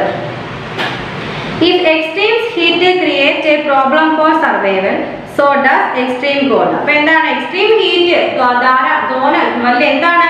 നല്ല ചൂട് എന്ത് ചെയ്യുന്നു? നമുക്ക് പ്രോബ്ലംസ് ഉണ്ടാക്കുന്നെങ്കിൽ അതുപോലെ തന്നെ എക്സ്ട്രീം കോൾഡും അത്രയും തണുപ്പും നമുക്ക് എന്ത് ചെയ്യുന്നുണ്ട്? നമ്മുടെ ജീവിതത്തിന് പ്രോബ്ലംസ് അല്ലെങ്കിൽ നമ്മുടെ നിലനിൽപ്പിന് പ്രോബ്ലംസ് ഉണ്ടാക്കുന്നുണ്ട്. നോക്കിക്കേ. Very few animal and plants can survive in the bitterly cold polar regions and icy height of mountains. അപ്പം വളരെ കുറച്ച് ആനിമൽസിന് മാത്രമാണ് നമ്മുടെ ഈ ഒരു കഠിനമായ തണുപ്പുള്ള ധ്രുവ പ്രദേശങ്ങളിലും അതുപോലെ തന്നെ പർവ്വതങ്ങളുടെ മഞ്ഞ് മൂടിയ ഉയരങ്ങളിലും അതിജീവിക്കാൻ കഴിയുന്നത് വളരെ കുറച്ച് ഓർഗാനിസത്തിന് മാത്രമേ ഉള്ളൂ, അല്ലെങ്കിൽ ആനിമൽസിന് മാത്രമേ ഉള്ളൂ. Whales, seals, penguins and polar bear can because they have a thick layer of fat under their skin. ഇപ്പൊ നമ്മുടെ തിമിംഗലം അതുപോലെ തന്നെ സീല്, പെൻഗിൻ, പോളാർ ബെയർ, ധ്രുവക്കരടി ഇവർക്കൊക്കെ മാത്രമേ ഇത്രയും തണുപ്പ് കൂടിയ ഒരു സ്ഥലത്ത് ജീവിക്കാൻ കഴിയൂ. കാരണം അവരുടെ എല്ലാ ഒരു സ്കിന്നിനടിയിൽ ഫാറ്റ് നിറഞ്ഞ ഒരു ലെയർ ഉണ്ട്. അപ്പൊ അതിന്റെ സഹായത്തോടു കൂടിയാണ് ഈ ഒരു തണുപ്പിനെ അവര് അതിജീവിക്കുന്നത്. They accumulate more fat under their skin just before winter to fight the cold and the shortage of food. അപ്പോൾ അവർ എന്ത് ചെയ്യുന്നു ശൈത്യകാലത്തിന് മുമ്പ് തന്നെ, വിന്റർ സീസൺ മുമ്പ് തന്നെ അവർ ഈ ഒരു എന്ത് ചെയ്യുന്നു, ആ ഒരു സ്കിൻ, നമ്മുടെ ആ ഒരു ഫാറ്റ് നിറഞ്ഞ ആ ഒരു സ്കിൻ അങ്ങ് കൂടുതൽ ശേഖരിച്ച് വെക്കുന്നു. ഫാറ്റ്, ആ ഒരു സ്കിന്നിന്റെ താഴെ കൂടുതൽ ഫാറ്റ് അവർ ശേഖരിച്ച് വെക്കുന്നു. അതെന്തിനാണ്? ഈ ഒരു വിന്റർ സീസണിലെ ആ ഒരു കോൾഡിനെ ഫൈറ്റ് ചെയ്യാനും ആ ഒരു തണുപ്പിനോട് പൊരുതാനും അതുപോലെ തന്നെ ഫുഡ് ഷോർട്ടേജിനോട് പൊരുതാനും വേണ്ടിയിട്ട് ഈ വിന്റർ സീസൺ മുമ്പ് തന്നെ അവർ ധാരാളം ഫാറ്റ് അവരിങ്ങനെ ശേഖരിച്ച് വെക്കുന്നു. നോക്കിക്കേ, very few plants can survive in these conditions. Icy terrains are not only cold. They also deprive plant of water. Small plants like mosses can survive and some small flowering plant grow when the snow melts. എന്താണ്, വളരെ കുറച്ച് ചെടികൾക്ക് മാത്രമേ ഈ ഒരു അവസ്ഥയിൽ, തണുപ്പുള്ള ഒരു അവസ്ഥയെ അതിജീവിക്കാൻ കഴിയത്തുള്ളൂ അല്ലേ. Icy terrains are not only cold. മഞ്ഞ് മൂടിയ ഭൂപ്രദേശങ്ങൾ എന്താ, തണുപ്പ് മാത്രമല്ല അവ ചെടികൾക്ക് വെള്ളവും നഷ്ടപ്പെടുത്തുന്നുണ്ട്. Small plants like mosses can survive and some small flowering plants grow when the snow melts. അപ്പോൾ എന്താണ്, ചില പായൽ പോലുള്ള ചെറിയ ചെടികൾക്ക് അതിജീവിക്കാൻ കഴിയും. മഞ്ഞുരുകുമ്പോൾ ചില ചെറിയ പൂച്ചെടികൾ വളരുകയും ചെയ്യുന്നു. അപ്പൊ നമ്മൾ എന്തോ പറഞ്ഞത്, നമുക്ക് ടെമ്പറേച്ചർ, ചൂട് പല സ്ഥലങ്ങളിലും പല രീതിയിലാണ് ലഭിക്കുന്നതെന്ന് നമ്മൾ പറഞ്ഞു. അപ്പം ഈ ഒരു എന്താണ്, നമ്മുടെ ഈ ഒരു പ്രത്യേക പ്രദേശത്തുള്ള ജീവികളെ നിർണ്ണയിക്കുന്നതിൽ അബയോട്ടിക് ഫാക്ടറായ ടെമ്പറേച്ചർ വലിയൊരു പങ്ക് വഹിക്കുന്നുണ്ട്. പിന്നെ നമ്മൾ എന്തോ പറഞ്ഞത്, നമുക്ക് ചൂടിനോട്, അതായത് വളരെ ചൂട് കൂടിയ പ്രദേശത്ത്, ഡെസേർട്ട് പോലുള്ള സ്ഥലങ്ങളിൽ താമസിക്കാൻ നമ്മുടെ ഒട്ടകം ക്യാമൽ എന്തുവാണ്, വളരെ അത്ഭുതകരമായ ഒരു പൊരുത്തപ്പെടലുകൾ വികസിപ്പിച്ചെടുത്ത ഒരു മൃഗമാണ് നമ്മുടെ ഒട്ടകം എന്ന് പറയുന്നത്. ആ ഒരു മരുഭൂമിയിലുള്ള ആ ഒരു ചൂടും ആ ഒരു ഷോർട്ടേജ് ഓഫ് ഫുഡ് ഇതിനെതിരെ എല്ലാം പ്രതികരിക്കാൻ, അല്ലെങ്കിൽ അവയുമായിട്ട് പൊരുത്തപ്പെടൽ പോകാൻ നല്ല പൊരുത്തപ്പെടലുകൾ, അഡാപ്റ്റേഷൻസ് വികസിപ്പിച്ചെടുത്ത ഒരു ജീവിയാണ് ക്യാമൽ എന്ന് പറയുന്നത്. ഓക്കെ, അതുപോലെ നമ്മൾ പറഞ്ഞു ചെറിയ ജീവികൾ, റാറ്റ്, സ്നേക്ക്, ലിസാർഡ് പോലുള്ളവയെല്ലാം കടുത്ത ചൂടിനെ ചെറുക്കാൻ വേണ്ടി എന്ത് ചെയ്യുന്നു, പകൽ സമയങ്ങളിലെല്ലാം തങ്ങളുടെ മാളങ്ങളിൽ ഇരിക്കുകയും രാത്രി സമയങ്ങളിൽ അവർ ആക്റ്റീവായിട്ട് പ്രവർത്തിക്കുകയും ചെയ്യും. അതുപോലെ തന്നെ സമ്മർ സീസണിൽ ഫുള്ള് ഉറങ്ങുന്ന ആൾക്കാരെ നമ്മൾ എന്തെന്ന് വിളിച്ചു, എസ്റ്റിവേഷൻ എന്ന് വിളിച്ചു അല്ലേ. പിന്നെ നമ്മൾ എന്തോ പറഞ്ഞത്, നമ്മുടെ ഈ ഒരു ചൂട് നമുക്ക് പ്രോബ്ലം ആവുന്നത് പോലെ, നമ്മുടെ സർവൈവിനെ ബാധിക്കുന്നത് പോലെ തന്നെ എക്സ്ട്രീം കോൾഡും നമ്മുടെ സർവൈവിനെ അഫക്റ്റ് ചെയ്യുന്നുണ്ട്. അപ്പം ചില തണുപ്പുള്ള ഏരിയാസിൽ എവിടെയൊക്കെയാണ് കോൾഡ് പോളാർ റീജിയൻസിലും ഐസി ഹൈറ്റ് ഓഫ് മൗണ്ടൻസിലെ മഞ്ഞ് കൂടിയ നമ്മുടെ ആ ഒരു പർവ്വതങ്ങളുടെ ഉയരത്തിലൊക്കെ താമസിക്കാൻ ചില ആനിമൽസിന് മാത്രമേ പറ്റത്തുള്ളൂ. Polar bear, whales, seals, penguin തുടങ്ങിയ മൃഗങ്ങൾക്കൊക്കെ അത് സാധിക്കും. കാരണം അവരുടെ എല്ലാ സ്കിന്നിൻ്റെ ഇടയിൽ എന്താണ്, അവരൊരു ഫാറ്റ് നിറഞ്ഞൊരു സ്ഥലമുണ്ട്. അപ്പൊ എന്ത് ചെയ്യുന്നു, വിന്റർ സീസണിന് മുമ്പ് തന്നെ ആ ഒരു കോൾഡിനോടും ഷോർട്ടേജ് ഓഫ് ഫുഡിനോടും ഫൈറ്റ് ചെയ്യാൻ വേണ്ടി അവിടെ കൂടുതൽ ഫാറ്റ് ആ സ്കിന്നിൻ്റെ അടിയിൽ ശേഖരിച്ച് വെക്കുന്നു. പിന്നെ നമ്മൾ പറഞ്ഞ ചില പ്ലാന്റ്സിന് മാത്രമേ, വളരെ കുറച്ച് പ്ലാന്റ്സിന് മാത്രമേ ഈ ഒരു കോൾഡ് സീസൺ സർവൈവ് ചെയ്യാൻ പറ്റത്തുള്ളൂ. നമ്മൾ പറഞ്ഞു എന്താണ് പറഞ്ഞത്, നമ്മുടെ ആ ഒരു എന്താണ് ഈ തണുത്ത അവസ്ഥയിൽ എന്താ, അവർക്ക് തണുപ്പ് മാത്രമല്ല കിട്ടുന്നല്ലേ, അവരുടെ ആ ഒരു വെള്ളത്തിന്റെ ആ ഒരു ചെടികൾക്ക് വെള്ളവും കൂടെ നഷ്ടപ്പെടുന്നു തണുപ്പാകുമ്പോഴത്തേക്കും. അപ്പം പായൽ പോലുള്ള ചെറിയ ചെടികൾക്ക് ഈ ഒരു തണുപ്പിനെ അതിജീവിക്കാൻ കഴിയുകയും ഉരുകുമ്പോൾ ചെറിയ ചില ചെടികൾ പൂക്കുകയും ചെയ്യുന്നു. നോക്കിക്കേ, കോൺഫിറസ് ട്രീസ്, അതായത് pine and firs grow well in less cold region. ഇപ്പൊ ലെസ് കോൾഡ് റീജിയനിൽ വളരുന്ന ചെടികളാണ് കോൺഫിറസ് ട്രീ. അതുപോലെ തന്നെ ഏതൊക്കെയാണ്, ഫിർ, പൈൻ തുടങ്ങിയവയൊക്കെ എന്താണ്, കോൺഫിറസ് മരങ്ങൾ തണുപ്പ് കുറഞ്ഞ പ്രദേശങ്ങളിൽ നന്നായി വളരുന്നു. Coniferous trees grow well in less cold regions. തണുപ്പ് കുറഞ്ഞ പ്രദേശങ്ങളിൽ വളരുന്ന നന്നായി വളർന്ന ട്രീ ആണ് ട്രീസ്, അതായത് പൈന്, ഫിർ തുടങ്ങിയവ. Shape of these trees is such that snow sliders off them and does not accumulate. അപ്പൊ ഈ ഒരു ട്രീയുടെ നമ്മുടെ ടെക്സ്റ്റിൽ അതിന്റെ പിക്ചർ തന്നിട്ടുണ്ട്. അപ്പൊ ആ ഒരു ട്രീയുടെ ഷേപ്പ് എന്ന് വെച്ചാൽ എന്താണ്? ഒരു ട്രീയുടെ ഷേപ്പ് എന്ന് വെച്ചാൽ ആ മഞ്ഞ് അതിൽ വീണാലും മഞ്ഞ് അതിൽ തങ്ങി നിൽക്കത്തില്ല, തെന്നി താഴോട്ട് വീഴുന്ന രീതിയിലുള്ള ഷേപ്പാണ് ഈ മരങ്ങളുടെ ആകൃതി എന്ന് പറയുന്നത്. അതുപോലെ തന്നെ they also have needle shaped leaves to reduce the loss of water through transpiration. അപ്പൊ ട്രാൻസ്പിറേഷനിൽ കൂടെ അല്ലേ വെള്ളം പോകുന്നത്, അപ്പൊ ട്രാൻസ്പിറേഷൻ വഴിയുള്ള ജലനഷ്ടം ഒഴിവാക്കാൻ വേണ്ടിയിട്ട് എന്താണ് അതിന്റെ ഇലകൾ എന്ന് പറഞ്ഞാൽ എങ്ങനെയാണ്? സൂചിയുടെ ആകൃതിയിലുള്ള ഇലകളാണ് അവയ്ക്ക്. അപ്പൊ അതെന്ത് ചെയ്യുന്നു? ട്രാൻസ്പിറേഷൻ വഴിയുള്ള ജലനഷ്ടം കുറയ്ക്കുന്നു, ആ സൂചിയുടെ ആകൃതിയിലുള്ള ഇലകൾ. അതുപോലെ തന്നെ this helps them cope with the shortage of water when the ground is frozen in winter. അപ്പൊ ശൈത്യകാലത്ത് നിലം തണുത്തുറഞ്ഞാലില്ലേ ജലക്ഷാമം നേരിടാൻ ഇതെല്ലാം ഇത്തരം അഡാപ്റ്റേഷനുകൾ അവയെ സഹായിക്കുന്നു. നമ്മുടെ കോൺഫറൻസ് ട്രീസ് എന്ന് വെച്ചാൽ എന്താണ്? ലെസ് കോൾഡ് റീജിയൻസിൽ നന്നായിട്ട് വളരുന്ന ട്രീസ് ആണ് കോൺഫറൻസ് ട്രീസ് എന്ന് പറയുന്നത്. അപ്പൊ അവയുടെ ആകൃതി എന്ന് പറഞ്ഞാൽ മഞ്ഞ് വന്ന് അതിൽ വീണാലും തങ്ങി നിൽക്കത്തില്ല, അതിൽ തട്ടി തെറിച്ചു പോകുന്ന രീതിയിലാണ് ഈ മരങ്ങളുടെ ആകൃതി എന്ന് പറയുന്നത്. അപ്പം ട്രാൻസ്പിറേഷൻ വഴിയുള്ള ജലനഷ്ടം ഒഴിവാക്കാൻ എന്താണ് അവയുടെ ഇലകൾക്ക് സാധിക്കും. കാരണം ഇലയെന്ന് വെച്ചാൽ സൂചി പോലെ കൂർത്ത ഇലകളാണ്. അപ്പൊ നമ്മുടെ ശൈത്യകാലത്ത് നിലം തണുത്തുറഞ്ഞ് ജലക്ഷാമം നേരിട്ടാൽ അതിൽ നിന്നെല്ലാം എന്താണ് അവർക്ക് സ്വയം എന്താണ് ഇറങ്ങി വരാൻ കഴിയും. കാരണം എന്ന് വെച്ചാൽ ജലക്ഷാമം നേരിട്ടാൽ അവർക്ക് സ്വന്തമായിട്ട് ആ ഇലകളും അതുപോലെ തന്നെ മരങ്ങളുടെ ആകൃതിയൊക്കെ അവരെ സഹായിക്കുന്നു ഈ ഒരു ജലക്ഷാമം നേരിടാൻ വേണ്ടിയിട്ട്. നെക്സ്റ്റ് നോക്കിക്കേ, animals in this region with a long cold winter adapt in different ways. അപ്പൊ എന്താ ഈ ഒരു നീണ്ട തണുത്ത ശൈത്യകാലത്ത് എന്താ ഈ പ്രദേശങ്ങളിലെ മൃഗങ്ങൾ വ്യത്യസ്തമായ രീതിയിലായിരിക്കും അഡാപ്റ്റേഷൻ പൊരുത്തപ്പെടലുകൾ നടത്തുന്നത്. Many like the yak and mink have very thick fur. Some like hedgehogs, frogs, snakes and lizards sleep through the bitterly cold winter. This is called ഹൈബറേഷൻ. ഇപ്പൊ എന്താ ടീച്ചർ പറഞ്ഞത്? അതായത് നമ്മൾ പറഞ്ഞു നീണ്ട ഈ തണുത്തയിലെ ശൈത്യകാലത്ത് മൃഗങ്ങളെല്ലാം പല രീതിയിലായിരിക്കും അവരുടെ അഡാപ്റ്റേഷൻ പൊരുത്തപ്പെടലുകൾ നടത്തുന്നത്. ചില ജീവികൾ എങ്ങനെയാന്ന് നോക്കിക്കേ, many like the yak and mink have very thick fur. അപ്പൊ എന്താണ് യാക്ക് മിങ്ക് പോലുള്ള ആനിമൽസിന് ഈ ഒരു തണുപ്പിൽ നിന്ന് സംരക്ഷണം നേടാൻ വേണ്ടിയിട്ട് അവർക്ക് കട്ടിയുള്ള പുറംതൊലികളാണ്. അപ്പൊ അതുകൊണ്ട് അവർക്ക് ആ തണുപ്പ് പ്രശ്നമല്ല.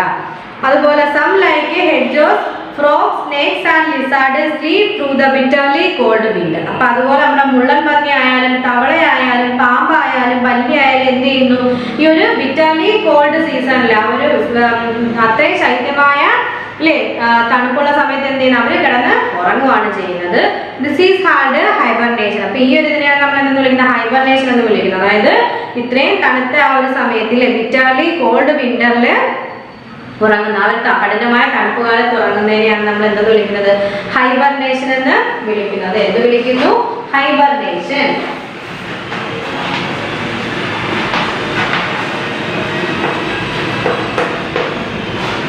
നല്ല ചൂട് സമയത്ത് കുറച്ച് ജീവികൾ അവരുടെ മാളങ്ങളിൽ കയറിയില്ലേ കിടന്ന് ഉറങ്ങുമെന്ന് പറഞ്ഞു, അല്ലെങ്കിൽ ആ ഫുൾ സമയം ഉറങ്ങുമെന്ന് പറയാൻ എസ്റ്റിവേഷൻ എന്ന് വിളിച്ചത്. ഹൈബർനേഷൻ എന്ന് വെച്ചാൽ ഭയങ്കര കോൾഡ് തണുപ്പുള്ള സമയത്ത് ഇങ്ങനെ പുറത്തൊന്നും ഇറങ്ങാതെ ചില ജീവികൾ എന്ത് ചെയ്യുന്നു ഫുൾ സമയം ഉറക്കമായിരിക്കും. അതിനാണ് നമ്മൾ ഹൈബർനേഷൻ എന്ന് വിളിക്കുന്നത്. Many birds like the Siberian crane migrate to warmer areas during the winter. അപ്പം എന്താണ് സൈബേരിയൻ ക്രെയിൻ പോലുള്ള പല പക്ഷികൾ എന്ത് ചെയ്യുന്നു ശൈത്യകാലത്ത് ചൂടുള്ള സ്ഥലങ്ങളിലേക്ക് ചൂടുള്ള പ്രദേശങ്ങളിലേക്ക് ഇങ്ങനെ കുടിയേറ്റം നടത്തുന്നുണ്ട്. അപ്പൊ ടെമ്പറേച്ചർ ആണ് നമ്മൾ നെക്സ്റ്റ് പറഞ്ഞ എന്ത് അബയോട്ടിക്കിലെ ഒരു അബയോട്ടിക് ഫാക്ടറാണ് ടെമ്പറേച്ചർ എന്ന് പറയുന്നത്. അപ്പൊ ഒരു സ്ഥലത്ത് ജീവിയെ നിർണ്ണയിക്കുന്നതിൽ ജീവികളുടെ ആ ഒരു തരം നിർണ്ണയിക്കുന്നതിൽ ഒരു പ്രധാന പങ്ക് വഹിക്കുന്നതാണ് നമ്മുടെ ടെമ്പറേച്ചർ, ചൂട് എന്ന് പറയുന്നത്. അപ്പൊ ചൂടിനോടും പല മൃഗങ്ങളും പല രീതിയിലാണ് പൊരുത്തപ്പെടലുകൾ നടത്തുന്നത്. ക്യാമൽ എന്ന് വെച്ചാൽ ഒട്ടകം എന്ന് വെച്ചാൽ അതിശക്തമായ ചൂടിനെയും പ്രതിരോധിക്കാൻ കഴിവുള്ള ജീവിയാണ് നമ്മുടെ ക്യാമൽ എന്ന് പറയുന്നത്.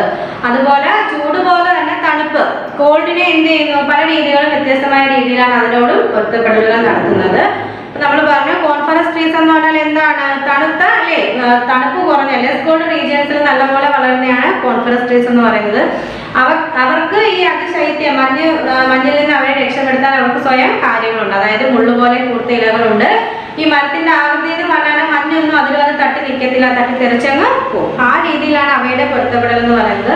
ചില ആനിമൽസിന്റെ കാര്യം പറയില്ലേ യാക്ക് മിങ്ക് പോലുള്ള ആനിമൽസ് ആനിമൽസിന് നല്ല കട്ടിയുള്ള പുറംതൊലിയുണ്ട്, അവർക്ക് അതിൽ നിന്ന് തണുപ്പിനെ പ്രതിരോധിക്കാം. പിന്നെ നമ്മൾ പറഞ്ഞ എന്താണ്, സ്നേക്ക്, ഫ്രോഗ്, അതുപോലെ മുള്ളൻ പന്നി തുടങ്ങിയ ജീവികൾ ആ ഒരു തണുപ്പ് കാലം മുഴുവൻ കിടന്നുറങ്ങുകയാണ് ചെയ്യുന്നത്, പുറത്തോട്ട് ഇറങ്ങാതെ. അപ്പൊ അവരങ്ങനെ ആ ഒരു രീതിയിലാണ് അതിനോട് അല്ലേ അഡാപ്റ്റേഷൻ നടത്തുന്നത്, പൊരുത്തപ്പെടുന്നത്. പിന്നെ ചില സൈബീരിയൻ ക്രെയിൻ പോലുള്ള പക്ഷികൾ എന്ത് ചെയ്യുന്നു, തണുപ്പ് സമയം വരുമ്പോഴത്തേക്ക് ആ സ്ഥലം വിട്ട് മറ്റ് ചൂടുള്ള പ്രദേശങ്ങളിലേക്ക് കുടിയേറ്റം നടത്തുന്നു. അവർ ആ ഒരു രീതിയിൽ തണുപ്പിനോട് പൊരുത്തപ്പെടുന്നു. പിന്നെ നമ്മൾ പറഞ്ഞത് പോളാർ ബെയറും അതുപോലെ തന്നെ പെൻഗിന്, വെയിൽസ് എല്ലാം എന്താണ് ഈ ഒരു കോൾഡിനെ എങ്ങനെ അതിനോട് എങ്ങനെ പൊരുത്തപ്പെടുന്നത്, അവർക്ക് അവരുടെ സ്കിന്നിന്റെ അടിയിൽ ഫാറ്റ് അല്ലേ കൊഴുപ്പ് നിറഞ്ഞൊരു സ്ഥലമുണ്ട്. അപ്പൊ ഈ തണുപ്പ് കാലം വരുന്നതിന് മുമ്പ് തന്നെ അവർ ആ ഫാറ്റങ്ങ് നിറച്ച് വെക്കും. കാരണം ആ ഫുഡ് ഷോർട്ടേജിനോടും അതുപോലെ തന്നെ ആ കോൾഡ് സീസണിനോടൊക്കെ ഫൈറ്റ് ചെയ്യാൻ വേണ്ടി അവർ കൂടുതൽ ഫാറ്റങ്ങ് നിറച്ച് വെക്കുന്നു. പിന്നെ നമ്മൾ പറഞ്ഞ എന്താണ്, ഈ ചൂട് സമയത്ത് നമ്മൾ പറഞ്ഞു അല്ലേ, കുറച്ച് മൃഗങ്ങൾ എന്ത് ചെയ്യുന്നു, പുറത്തോട്ടൊന്നും പോവാതെ അവരുടെ മാളത്തിനുള്ളിൽ തന്നെ അല്ലേ ചൂടേക്കാതെ താമസിക്കുന്നു. അല്ലെങ്കിൽ ചില ആൾക്കാർ ഫുൾ സമയം ഉറങ്ങുന്നു, അതിനെ നമ്മൾ എസ്റ്റേഷൻ എന്ന് വിളിച്ചു. ഇനി നെക്സ്റ്റ് ആണ് വാട്ടർ. വാട്ടർ നമുക്കറിയാം അല്ലേ, എന്താണ് വാട്ടറിൽ ലൈഫ് ഉണ്ടോ? ഇല്ല. നോക്കിക്കേ, the amount of water available is another important factor that determine the kind of organism found in A habitat. അപ്പോൾ ഒരു ആവാസ വ്യവസ്ഥയിൽ കാണുന്ന ജീവികളെ നമ്മൾ നിർണ്ണയിക്കുന്നതിൽ പ്രധാന പങ്ക് വഹിക്കുന്ന ഒരു അബയോട്ടിക് ഫാക്ടാണ് നമുക്ക് ലഭ്യമായിട്ടുള്ള വെള്ളത്തിന്റെ അളവെന്ന് പറയുന്നത്. Plants of dry or desert areas for examples are very different from those living in areas that receive a lot of rainfall. നമുക്കറിയാം വെള്ളം ധാരാളം ലഭിക്കുന്ന അല്ലേ പ്രദേശങ്ങളിൽ വസിക്കുന്ന ജീവികളിൽ നിന്ന് വ്യത്യസ്തരായിരിക്കും ഡെസേർട്ട് മരുഭൂമി പോലെ വെള്ളം കുറച്ച് ലഭിക്കുന്ന പ്രദേശത്തിലേക്ക് ഡ്രൈ ഏരിയാസിൽ താമസിക്കുന്ന പ്ലാന്റ് എന്ന് പറയുന്നത്. ഇവ രണ്ടും ഭയങ്കര വ്യത്യാസമായിരിക്കും. ഡ്രൈ ഏരിയാസ് അല്ലെങ്കിൽ ഡെസേർട്ടിൽ താമസിക്കുന്ന പ്ലാന്റ്സും അതുപോലെ തന്നെ വെള്ളം നല്ലപോലെ ലഭിക്കുന്ന റെയിൻഫാളിൽ വസിക്കുന്ന പ്ലാന്റ്സും തമ്മിൽ ഭയങ്കര വ്യത്യാസമായിരിക്കും. These plants called xerophyte. അതായത് ഈ ഡ്രൈ ആയിട്ടുള്ള ഏരിയാസിൽ അല്ലെങ്കിൽ നമ്മളെ ഡെസേർട്ട് പോലുള്ള വെള്ളം ലഭിക്കാത്ത, വെള്ളം കുറച്ച് ലഭിക്കും, വെള്ളത്തിന്റെ അളവ് വളരെ കുറച്ച് ലഭിക്കുന്ന സ്ഥലങ്ങളിൽ താമസിക്കുന്ന പ്ലാന്റ്സ് ആണ് സീറോഫൈറ്റ് എന്ന് വിളിക്കുന്നത്. എന്ത് വിളിക്കുന്നത് നമ്മൾ? സീറോഫൈറ്റ് എന്ന് വിളിക്കുന്നു. SEROPHYTE സീറോഫൈറ്റ്സ്. അതില് സീറോ മീൻസ് എന്താണ്? സീറോ മീൻസ് ഡ്രൈ ഇല്ലേ, വരണ്ട പ്രദേശം. ഫൈറ്റ്സ് മീൻസ് എന്താണ്? പ്ലാന്റ്. എന്താണ് വരണ്ട പ്രദേശത്ത് താമസിക്കുന്ന പ്ലാന്റ്സ് അല്ലെങ്കിൽ നമ്മുടെ ഡെസേർട്ട് പോലുള്ള സ്ഥലങ്ങളിൽ താമസിക്കുന്ന പ്ലാന്റ്സിനെയാണ് നമ്മൾ സീറോഫൈറ്റ്സ് എന്ന് വിളിക്കുന്നത്. Okay. Xerophytes develop adaptations to cope with the intense heat and light and shortage of water. അപ്പോൾ അവരെന്ത് ചെയ്യുന്നു, ഈ സീറോഫൈറ്റ്സ് പോലുള്ള ഇല്ലേ പ്ലാന്റ്സ് എന്ത് ചെയ്യുന്നു, അല്ലെങ്കിൽ സീറോഫൈറ്റ്സ് ആയിട്ടുള്ള പ്ലാന്റ്സ് അവർക്ക് ഈ ഒരു അധികം അല്ലെ എക്സ്ട്രീം ചൂടിനോടും അതുപോലെ തന്നെ വാട്ടറിനോടും ഒക്കെ പ്രതിരോധിക്കാനുള്ള അല്ലെ ഷോർട്ടേജ് ഓഫ് വാട്ടറിനോടൊക്കെ പ്രതിരോധിക്കാനുള്ള ആ ഒരു പൊരുത്തപ്പെടലുകൾ അവർ വികസിപ്പിച്ചെടുക്കുന്നുണ്ട്. ഈ വരണ്ട പ്രദേശങ്ങളിൽ വസിക്കുന്ന പ്ലാന്റ്സുകൾ അവർ ആ ചൂടിനോടും അതുപോലെ തന്നെ ഷോർട്ടേജ് ഓഫ് വാട്ടർ വെള്ളത്തിന്റെ ആ ഒരു ഷോർട്ടേജുകളോടും ഒക്കെ പൊരുത്തപ്പെടാനുള്ള പല പൊരുത്തപ്പെടലുകൾ അവർ സ്വീകരിക്കുന്നുണ്ട്. Cacti, for example, store water in their green spongy stems which serve as leaves. അപ്പോൾ എന്താണ് നമ്മുടെ ഈ ഒരു ഉദാഹരണം പറയുകയാണെങ്കിൽ നമ്മൾ കള്ളിമുൾ ചെടി കണ്ടിട്ടുണ്ട് അല്ലേ. അതായത് കള്ളിമുൾ ചെടി എന്ത് ഇലകളായിട്ട് അതിൽ പ്രവർത്തിക്കുന്ന അവരുടെ ആ സ്പോഞ്ച് പോലുള്ള ആ പച്ച നിറത്തിലുള്ള ആ ഒരു സ്ഥലത്തിലെ ആ ഒരു കാണ്ഡത്തിൽ അവര് ജലം ശേഖരിച്ച് വെക്കുന്നുണ്ട് അല്ലേ, ജലം സംഭരിച്ച് വെക്കുന്നു. കള്ളിമുൾ ചെടികൾ കണ്ടിട്ടില്ലേ, മുള്ളൊക്കെ ഉള്ള ഒരു പച്ച നിറത്തോടു കൂടി. അപ്പൊ അവർ ആ പച്ച നിറത്തിൽ കാണപ്പെടുന്ന ആ സ്പോഞ്ച് പോലുള്ള ഭാഗത്ത് എന്ത് ചെയ്യുന്നു, ജലം ധാരാളം ശേഖരിച്ച് വെക്കുന്നുണ്ട്. നോക്കിക്കേ, they have spines instead of leaves to reduce the loss of water. അപ്പൊ അവരെന്ത് ചെയ്യും, അവർക്ക് മുള്ളും ഉണ്ട് ഇല്ലേ, ജലനഷ്ടം കുറയ്ക്കാൻ ഇലകളോടൊപ്പം അവർക്ക് എന്തുകൊണ്ട് മുള്ളും കാണപ്പെടുന്നു. Trees like Indian plum and acacia have segmented leaves for the same reason. അപ്പം അക്കേഷ്യ മരത്തിനായാലും ഇല്ലേ, ഇന്ത്യൻ പ്ലം എന്ന് പറയുന്ന ആ ഒരു ട്രീക്ക് ആയാലും എന്താണ്, ഈ മരങ്ങൾക്കെല്ലാം ഇതേ കാരണത്താൽ ഇലകളിൽ എന്താണ്, ഇലകളിൽ അവർ വെള്ളം സംഭരിച്ചു വെക്കുന്നുണ്ട്. നോക്കിക്കേ, they also have long roots which penetrate deep into the soil. അപ്പൊ അവർക്കെല്ലാം എന്തുണ്ട്, മണ്ണിന്റെ ആഴത്തിൽ തറച്ച് അല്ലേ ഇറങ്ങി പോകുന്ന രീതിയിലുള്ള വേരുകളും ഈ മരങ്ങൾക്കെല്ലാം ഉണ്ട്. കാരണം അവർക്ക് എന്താണ്, അവർക്ക് അവരുടെ ജലനഷ്ടം ഇല്ലാതാക്കാൻ വേണ്ടിയിട്ട് ഈ മരങ്ങൾക്കും എല്ലാം ഇലകൾക്കെല്ലാം പ്രത്യേക ആകൃതിയാണ്. അതുപോലെ തന്നെ അവരുടെ വേരെന്ന് പറയുന്നത് മണ്ണിനടിയിലേക്ക് തുളച്ചിറങ്ങി പോകുന്ന തരത്തിലുള്ള വേരുകളാണ്. ഓക്കെ, നെക്സ്റ്റ് നോക്കിക്കേ, camels have special adaptations to cope with the heat and shortage of water. നമ്മുടെ ഒട്ടകം, നമ്മൾ നേരത്തെ പറഞ്ഞില്ലേ, ഒട്ടകം നമ്മുടെ ഈ ചൂടും അതായത് വെള്ളത്തിന്റെ ദൗർലഭ്യം ഒക്കെ നേരിടാൻ വേണ്ടി ഒട്ടകങ്ങൾക്ക് പ്രത്യേക അഡാപ്റ്റേഷൻസ്, പൊരുത്തപ്പെടലുകൾ ഉണ്ടാകും നമ്മൾ നേരത്തെ പറഞ്ഞില്ലേ. അതെന്താണ്? their long legs keep far above the hot sand. അപ്പൊ എന്താണ്? അവരുടെ ആ ഒരു നീണ്ട കാലുണ്ടല്ലോ, കാലുകള് ആ ചൂടുള്ള മണലിന് വളരെ മുകളിലായിട്ടായിരിക്കും നിൽക്കുന്നത്. അവിടെ നീളമുള്ള കാലുകളാണ്. അവ ചൂട് മണലിന് അല്ലേ മുകളിലായിട്ടായിരിക്കും കാണുന്നത്. Okay, their long legs keep far above the hot sand. Their humps store fat to tide over food shortage. അപ്പൊ എന്താണ്? അവരുടെ ആ ഒരു മുഖത്ത് നമ്മളൊരു മുഴ പോലെ കാണുന്നില്ലേ, അതിൻ്റെ അകത്ത് അവർ എന്ത് ചെയ്യുന്നു? ഫാറ്റ് സ്റ്റോർ ചെയ്ത് വെക്കുന്നുണ്ട്. ആ ഒരു ഫുഡിന്റെ ആ ഒരു ഷോർട്ടേജ് ഇല്ലാതാക്കാൻ വേണ്ടി അവർ ഫാറ്റ് സ്റ്റോർ ചെയ്ത് വെക്കുന്നു. They excrete very little urine to reduce the loss of water. അപ്പൊ എന്താണ്? ജലനഷ്ടം ഇല്ലാതാക്കാൻ വേണ്ടി യൂറിൻ വഴി അവർ കുറച്ച് മാലിന്യം മാത്രമേ പുറത്തോട്ട് കളയുന്നുള്ളൂ. They can also raise their body temperature so as not to feel too hot and can drink large quantities of water at one go. എന്താണ്? അമിതമായ ചൂട് അനുഭവപ്പെടാതിരിക്കാൻ വേണ്ടി അവരുടെ ശരീരോഷ്മാവ് ഉയർത്താനും അതുപോലെ തന്നെ ഒറ്റയടിക്ക് വലിയ അളവിൽ അവർക്ക് വെള്ളം കുടിക്കാനുള്ള ആ ഒരു കഴിവ് അവർക്കുണ്ട്. പിന്നെന്താണ്? നമ്മൾ ഒട്ടകം എങ്ങനെയാണ് ഈ ഒരു വെള്ളത്തിന്റെ ഷോർട്ടേജിനോട് ചൂടിനോട് എങ്ങനെയാണ് പൊരുത്തപ്പെടുന്നതെന്നാ പറഞ്ഞത്? ക്യാമലിന്റെ നീണ്ട ലെഗുകളാണ്, അത് ആ ചൂട് മണലിന്റെ മുകളിലായിരിക്കും കാണപ്പെടുന്നത്. അതുപോലെ തന്നെ എന്താണ്? അവർക്ക് ഫുഡിന്റെ ഷോർട്ടേജ് ഇല്ലാതാക്കാൻ വേണ്ടി അവർ ഫാറ്റ് അവരുടെ മുഖത്ത് ഇങ്ങനെ ഒരു മുഴ പോലുള്ള രൂപത്തിൽ ഫാറ്റ് ശേഖരിച്ച് വെക്കുന്നുണ്ട്. പിന്നെന്താ? നമുക്ക് അവരുടെ ശരീരോഷ്മാവ് നല്ല രീതിയിൽ ഉയർത്താൻ സാധിക്കും. അതുപോലെ തന്നെ ചൂട് അനുഭവപ്പെടാതിരിക്കാൻ വേണ്ടി അവരുടെ ശരീരോഷ്മാവ് നല്ല രീതിയിൽ ഉയർത്താൻ സാധിക്കുന്നു. അതുപോലെ തന്നെ ഒറ്റയടിക്ക് വലിയ അളവിലുള്ള വെള്ളം കുടിക്കാൻ അവർക്ക് കഴിയുന്നുണ്ട്. പിന്നെന്താണ്? കുറഞ്ഞ അളവിലുള്ള മാലിന്യം മാത്രമേ അവർ യൂറിൻ വഴി പുറത്തോട്ട് വിടുന്നുള്ളൂ, ആ ജലനഷ്ടം ഒഴിവാക്കാൻ വേണ്ടി. Frogs in Australian desert soak in water when it rains. They take in so much water that they become almost round. Then they form a sort of bag around themselves to reduce the loss of water. ഇപ്പൊ എന്തായാലും ഓസ്ട്രേലിയയിൽ കാണപ്പെടുന്ന ചില തവളകൾ എന്ത് ചെയ്യുന്നു? മഴക്കാലം വരുമ്പോഴത്തേക്കും കൂടുതൽ വെള്ളം അങ്ങ് അബ്സോർബ് ചെയ്യും അല്ലേ. അബ്സോർബ് ചെയ്ത് അവർ എന്ത് ചെയ്യുന്നു? ഒരു റൗണ്ട് രൂപത്തിലായിട്ട് അതങ്ങ് മാറുന്നു. കാരണം കൂടുതൽ വെള്ളം അവർ ശേഖരിച്ച് വെക്കുന്നു. ഒരു ബാഗ് പോലെ ഒരു ബാഗ് അവർ യൂസ് ചെയ്യും. അതായത് അവരുടെ ബോഡിയിൽ തന്നെയുള്ള ഒരു ബാഗ് പോലെ അവർ എന്ത് ചെയ്യുന്നു? വെള്ളം ആ ബാഗിലോട്ട് ഇങ്ങനെ ശേഖരിച്ച് വളരെയധികം വെള്ളം, അതായത് ജലനഷ്ടം ഉണ്ടാകാതിരിക്കാൻ വേണ്ടി വളരെയധികം വെള്ളം അവർ ശേഖരിച്ച് അബ്സോർബ് ചെയ്ത് വെക്കുന്നു. നെക്സ്റ്റ് നോക്കിക്കേ. Plants and animals that live in water have special adaptations to cope with their habitat. അപ്പൊ നമ്മുടെ പ്ലാന്റ്സും ആനിമൽസും വെള്ളത്തിൽ താമസിക്കുന്ന അല്ലേ പ്ലാന്റ്സും ആനിമൽസും അവരുടെ ഒരു ആവാസ വ്യവസ്ഥയിലല്ലേ എന്താണ് ആ ആവാസ വ്യവസ്ഥയുമായിട്ട് പൊരുത്തപ്പെട്ടാൽ അവർ പല അഡാപ്റ്റേഷൻസും എന്താ നമ്മുടെ ഈ ഒരു പൊരുത്തപ്പെടലുകൾ നടത്തുന്നുണ്ട്. Fish, for example, have gills to help them make use of the oxygen dissolved in water for respiration. അതായത് നമ്മുടെ വെള്ളത്തിൽ ലയിച്ച ആ ഓക്സിജൻ ശ്വസിക്കാൻ വേണ്ടിയിട്ട് നമ്മുടെ ഫിഷിനെ സഹായിക്കുന്നതാണ് ഗിൽസ് എന്ന് പറയുന്നത്. എന്താണ് ഗിൽസ്? ഗിൽസ് എന്ന് പറയുന്നത് എന്താണ്? നമ്മുടെ ഈ ഒരു നമ്മുടെ ഫിഷിനെ ഹെൽപ്പ് ചെയ്യുന്നതാണ്. അതായത് ഓക്സിജൻ വെള്ളത്തിൽ ലയിച്ച ഓക്സിജൻ ശ്വസനത്തിനായിട്ട് എടുക്കാനില്ലേ സഹായിക്കാൻ വേണ്ടി നമ്മുടെ ഫിഷിനെ സഹായിക്കുന്നതാണ് ഗിൽസ്. നമ്മൾ ചെകിളപ്പൂ അല്ലെങ്കിൽ ചെകിള എന്നൊക്കെ നമ്മൾ പറയും. മീനിന്റെ ആ ഒരു കണ്ണിന്റെ ബാക്കിലുള്ള ഒരു ഭാഗങ്ങൾ ഇളക്കി മാറ്റുമ്പോൾ നമുക്ക് കാണാൻ പറ്റുന്നതാണ് ഗിൽസ്. ചെകിളപ്പൂ എന്നൊക്കെ നമ്മൾ പറയും. അപ്പൊ ആ ഒരു സ്ഥലമാണ് നമ്മുടെ ഫിഷിനെ സഹായിക്കുന്നത്. എന്തിനു വേണ്ടിയിട്ട്? ആ ഒരു വെള്ളത്തിൽ ലയിച്ച ഓക്സിജൻ ശ്വസിക്കാൻ വേണ്ടിയിട്ട് നമ്മൾ ആ ഒരു ശ്വസിക്കണില്ലേ ശ്വസനത്തിനായിട്ട് സഹായിക്കുന്ന ആ ഒരു ഗിൽസ് ആണ്. They gulp in water through the mouth. അപ്പോൾ മൗത്തിലൂടെ ആ ഫിഷ് എന്ത് ചെയ്യുന്നു? വാട്ടർ അല്ലെങ്കിൽ ഓക്സിജൻ വാട്ടറിന്റെ രൂപത്തിൽ ഓക്സിജൻ എടുക്കുന്നു. The water then flows over the gills where the oxygen in the water is absorbed. അപ്പോൾ ആ ഒരു ഫിഷ് എടുക്കുന്ന ആ ഒരു വെള്ളം ഓക്സിജൻ കലർന്ന വെള്ളം ഈ ഗിൽസിന് മുകളിലൂടെ ഇങ്ങനെ പോകുമ്പോഴത്തേക്കും അതിലുള്ള ഓക്സിജൻ ആ ഗിൽസ് അങ്ങ് absorb ചെയ്തെടുക്കുന്നു. The carbon dioxide released by the gills dissolve in the water and passes out. അപ്പോൾ അതിൽ നിന്ന് ഓക്സിജൻ എടുത്തതിന് ശേഷം കാർബൺ ഡൈ ഓക്സൈഡ് വാട്ടർ അത് ആ gills പുറന്തള്ളുന്നു.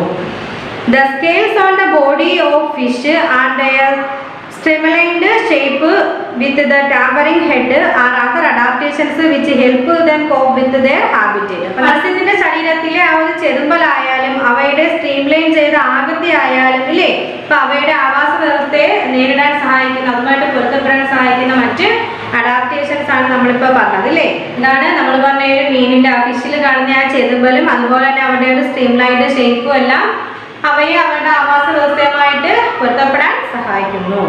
A streamlined body has A smooth outline. ഇപ്പോൾ ഒരു സ്ട്രീംലൈൻ ബോഡിക്ക് എന്താ ഒരു സുഗമമായ ഒരു ഔട്ട്ലൈൻ ഉണ്ട്.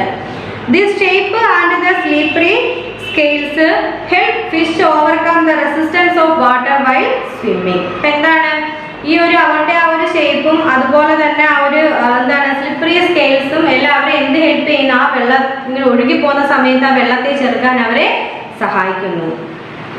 നോക്കിക്കേ, whales, dolphins and some other large marine animals need to breathe like. നമ്മുടെ വെയിൽസ് ആയാലും അതുപോലെ തിമിംഗിളായാലും ഡോൾഫിൻ ആയാലും നമ്മുടെ സമുദ്രജീവികളെല്ലാം ഇതുപോലാണ് ശ്വസിക്കുന്നത്. Okay, they come up to the surface of the water to take in air. They can hold their breath for a long time. Whales, dolphins and some other large marine animals need to breathe like us. They come up to the surface of the water to take in air. They can hold their breath for a long time. അപ്പോൾ നമ്മുടെ തിമിംഗലവും അതുപോലെ തന്നെ മറ്റ് dolphin പോലുള്ള വലിയ സമുദ്രജീവികൾക്ക് നമ്മെ പോലെ എന്താ ശ്വസിക്കേണ്ടതുണ്ട്. അപ്പോൾ അവരുടെ എന്ത് ചെയ്യും? വെള്ളത്തിന് മുകളിൽ വന്നിട്ട് എന്ത് ചെയ്യുന്നു? ജലത്തിന്റെ ആ ഉപരിതലത്തിലേക്ക് വന്നിട്ട് നമ്മുടെ വായുവിൽ നിന്ന് ഓക്സിജൻ സ്വീകരിക്കുന്നു. അതുപോലെ തന്നെ അവർക്ക് ദീർഘനേരം ശ്വാസം അടക്കി പിടിക്കാനും ഇല്ലേ, ദീർഘനേരം ശ്വാസം പിടിച്ചു നിൽക്കാനുള്ള ഒരു കഴിവും ഉണ്ട്. നമ്മൾ ഫിഷിന്റെ കാര്യം പറഞ്ഞു. ഫിഷ് എങ്ങനെയാണ് ശ്വസിക്കുന്നത്? ഫിഷിൻ്റെ അകത്തുള്ള ഗിൽസ് ഇല്ലേ, ചെകിളപ്പൂ പോലുള്ള അതിലൂടെയാണ് നമ്മുടെ ഫിഷിന് റെസ്പിറേഷന് സഹായിക്കുന്നതാണ് ഗിൽസ് എന്ന് പറയുന്നത്. ഓക്കെ, നെക്സ്റ്റ് നോക്കിക്കേ, plants living in water are called hydrophyte. അപ്പൊ എന്താണ്? നമ്മുടെ വാട്ടറിൽ വസിക്കുന്ന പ്ലാന്റ്സിനെയാണ് നമ്മൾ എന്ന് പറയുന്നത് ഹൈഡ്രോഫൈറ്റ് എന്ന് വിളിക്കുന്നത്. എന്താണ് വിളിക്കുന്നത്? ഹൈഡ്രോഫൈറ്റ്. HYDROPHYTS ഹൈഡ്രോഫൈറ്റ്സ് എന്നാണ് നമ്മൾ വിളിക്കുന്നത്. ഹൈഡ്രോ മീൻസ് എന്താണ്? വാട്ടർ. ഹൈഡ്രോ മീൻസ് എന്താണ്? വാട്ടർ. അപ്പൊ വെള്ളത്തിൽ വസിക്കുന്ന പ്ലാന്റ്സിനെയാണ് നമ്മൾ ഹൈഡ്രോഫൈറ്റ് എന്ന് വിളിക്കുന്നത്. Hydro means water.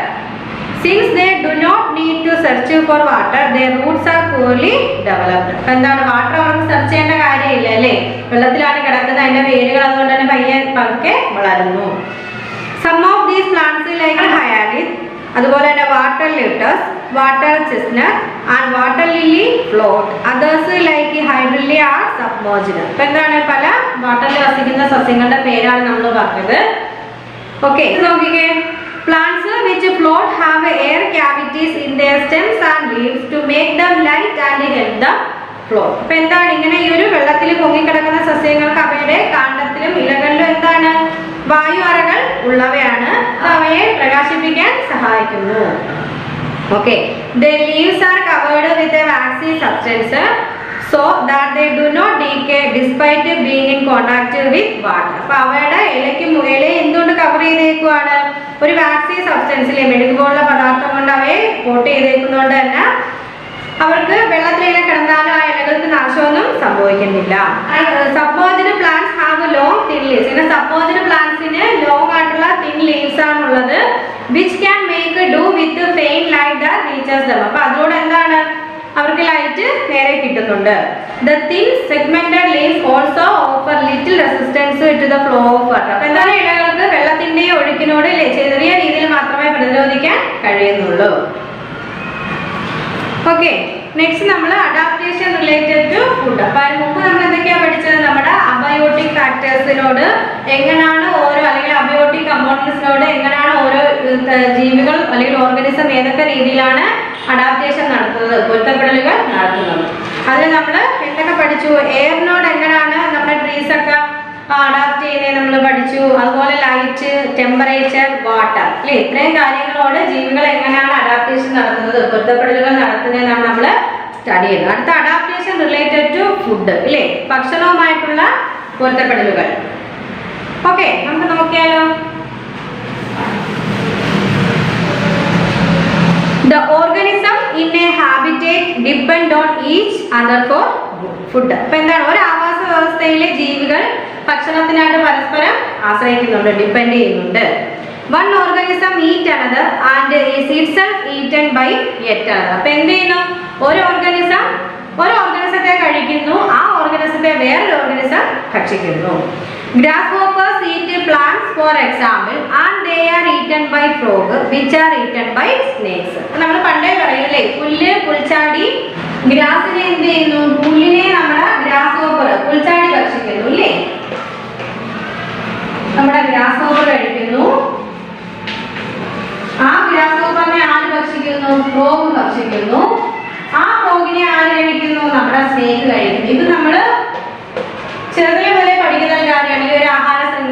പുല്ല്, പുൽച്ചാടി, തവള, പാമ്പ്. അതായത് ഗ്രാസ് ഹോപ്പർ കഴിക്കുന്നു, ആ ഗ്രാസ് കഴിക്കുന്ന ഗ്രാസ് ഹോപ്പറെ നമ്മുടെ ഫ്രോഗ് കഴിക്കുന്നു, ആ ഫ്രോഗിനെ നമ്മുടെ സ്നേക്ക് ഭക്ഷിക്കുന്നു. ഇതെന്താണ്? ഒരു ഫുഡ് ചെയിൻ ആണ് അല്ലേ?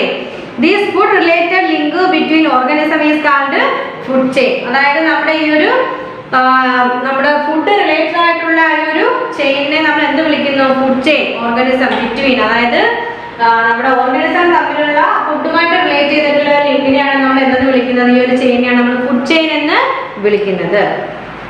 അപ്പൊ എന്താണ് ഫുഡ് ചെയിൻ എന്ന് നോക്കിക്കേ. A food chain can be defined as a series of organism linked together by the process of eating and being eaten. ഇല്ലേ? അപ്പം ഭക്ഷിക്കുന്നതും ഭക്ഷിക്കപ്പെടുന്നതുമായിട്ടുള്ള പ്രക്രിയയിലൂടെ പരസ്പരം ബന്ധപ്പെട്ടിരിക്കുന്ന ജീവികളുടെ സീരീസിനെയാണ് നമ്മൾ എന്തെന്ന് വിളിക്കുന്നത്? ഒരു ഭക്ഷ്യ ശൃംഖല. ഭക്ഷിക്കുന്നതിലൂടെയും ഭക്ഷിക്കുന്നതും ഭക്ഷിക്കപ്പെടുന്നതുമായ പ്രക്രിയയിലൂടെ പരസ്പരം ബന്ധപ്പെട്ടിരിക്കുന്ന ജീവികളുടെ ഒരു സീരീസിനെയാണ് നമ്മൾ ഒരു ഭക്ഷ്യ ശൃംഖല എന്ന് വിളിക്കുന്നത്. എന്താണ് ഫുഡ് ചെയിൻ എന്ന് വെച്ചാൽ എന്താണ്?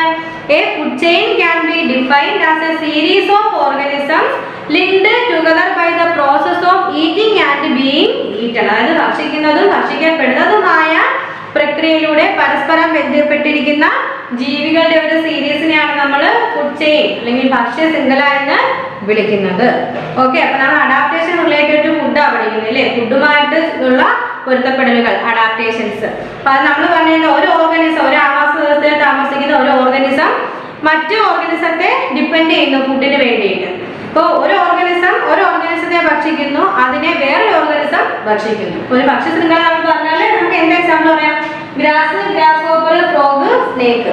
പുല്ല്, പുൽച്ചാടി ഭക്ഷിക്കുന്നു, ആ പുല്ല് ഭക്ഷിക്കുന്ന പുൽച്ചാടിയെ ഫ്രോഗ് കഴിക്കുന്നു, ആ ഫ്രോഗിനെ സ്നേക്ക് ആഹാരമാക്കുന്നു. അപ്പൊ എന്താണ്? This food related link between organism is called food chain. അതായത് ജീവികൾ തമ്മിലുള്ള ഭക്ഷണവുമായി ബന്ധപ്പെട്ട ഈ ഒരു ബന്ധത്തെയാണ് നമ്മൾ ഭക്ഷ്യ ശൃംഖല എന്ന് വിളിക്കുന്നത്. ഈ ഭക്ഷ്യ ശൃംഖലയെ നമുക്ക് എങ്ങനെ ഡിഫൈൻ ചെയ്യാം? A food chain can be defined as a series of organisms linked together by the process of eating and being eaten. അതായത് ഭക്ഷിക്കുന്നതും ഭക്ഷിക്കപ്പെടുന്നതുമായിട്ടുള്ള അല്ലേ ഈ ഒരു പ്രക്രിയയിലൂടെ പരസ്പരം ബന്ധപ്പെട്ടിരിക്കുന്ന ജീവികളുടെ ഒരു സീരീസിനെയാണ് നമ്മൾ ഭക്ഷ്യ ശൃംഖല, ഫുഡ് ചെയിൻ എന്ന് വിളിക്കുന്നത്. ഓക്കെ, അപ്പൊ നമ്മുടെ ടെക്സ്റ്റിൽ വേറെ രണ്ട് കാണിച്ചിട്ടുണ്ട്. Grass, deer, tiger. ഗ്രാസ് നമ്മളെ പുല്ല്, നമ്മളുടെ മാൻ കഴിക്കുന്നു, ആ മാനെ ആര് കഴിക്കുന്നു? ടൈഗർ ഭക്ഷിക്കുന്നു. അതുപോലെ അലി, അതുപോലെ തന്നെ സ്മാൾ ഫിഷ് നമ്മുടെ പായലുള്ള കടൽ സസ്യങ്ങൾ തിന്നുന്നു, അതിനെ ആരാണ്? ലാർജ് ഫിഷ് കഴിക്കുന്നു. ഓക്കെ, ഇനി നോക്കിക്കേ. Organism have special adaptations that help them get there food. അപ്പോൾ ഓർഗാനിസത്തിന് അവരുടെ ഫുഡിലെ ജീവജാലങ്ങൾക്ക് അവരുടെ ഭക്ഷണം ലഭിക്കാൻ സഹായിക്കുന്ന പലതരത്തിലുള്ള പൊരുത്തപ്പെടലുകൾ ഉണ്ട്, അഡാപ്റ്റേഷൻസ് ഉണ്ട്. They are also adapted to protect themselves from being eaten. അപ്പം ഈ ഒരു ഭക്ഷിക്കപ്പെടുന്നതിൽ നിന്നും അവയെ സ്വയം സംരക്ഷിക്കാൻ അവർക്കൊരു അഡാപ്റ്റേഷൻസ് ഉണ്ട്. Frog and lizard have long sticky tongues. They flick them out suddenly to catch insect. അപ്പം എന്ത് ചെയ്യുന്നു? ഫ്രോഗ്, ലിസാർഡ് പോലുള്ള ജീവികൾക്ക് വളരെ നീണ്ട ഒട്ടുന്ന നാക്കാണുള്ളത്. അവർ അതുകൊണ്ട് ദൂരെ ഇരിക്കുന്ന ഇൻസെക്റ്റിനെ പെട്ടെന്ന് എടുത്ത് കഴിക്കുന്നു. Insect use camouflage or blend with their surroundings to avoid being eaten. Insect എന്ത് ചെയ്യുന്നു? അവർ പെട്ടെന്ന് മറവി പോലുള്ള അഡാപ്റ്റേഷൻസ് സ്വീകരിക്കുന്നു. അവരെ ഭക്ഷിക്കപ്പെടാതിരിക്കാൻ വേണ്ടി മറവി പോലുള്ള അഡാപ്റ്റേഷൻസ് സ്വീകരിക്കുന്നു. അപ്പം ഓരോ ജീവിക്കും അവരുടേതായ ഫുഡ് ഒബ്റ്റെയിൻ ചെയ്യാനുള്ള അഡാപ്റ്റേഷൻസ്, പൊരുത്തപ്പെടലുകൾ പല രീതിയിലുണ്ട്. ചില ജീവികൾ എന്താ അവയെ ഭക്ഷിക്കാതിരിക്കാൻ വേണ്ടിയുള്ള അഡാപ്റ്റേഷൻസും സ്വീകരിക്കുന്നുണ്ട്. അപ്പം നമ്മൾ പറഞ്ഞു ഫ്രോഗ്, ലിസാർഡ് പോലുള്ളവയ്ക്ക് നീണ്ട ഒട്ടുന്ന നാക്കാണുള്ളത്. അവർ അതുകൊണ്ട് ഇൻസെക്റ്റിനെ, പ്രാണികളെ ഭക്ഷിക്കുന്നു. പക്ഷെ പ്രാണികൾ എന്ത് ചെയ്യുന്നു? മറവി പോലുള്ള അഡാപ്റ്റേഷൻസ് സ്വീകരിച്ചുകൊണ്ട് ഈ ഭക്ഷിക്കപ്പെടുന്നതിൽ നിന്ന് രക്ഷപ്പെടുന്നു. Carnivores have large curved pointed canines for gripping their prey and tearing flesh. ഇപ്പൊ കാർണിവേഴ്സിന് എന്താണ്? മാംസങ്ങൾ വലിച്ചു കീറുന്നതിനും അതുപോലെ തന്നെ പ്രേയെ ഇരയെ പിടിക്കുന്നതിനും വേണ്ടിയിട്ട് കർവ്ഡ് പോയിന്റഡ് ലാർജ് ആയിട്ടുള്ള നഖങ്ങളും അതുപോലുള്ള കാര്യങ്ങളൊക്കെ അവർക്കുണ്ട്.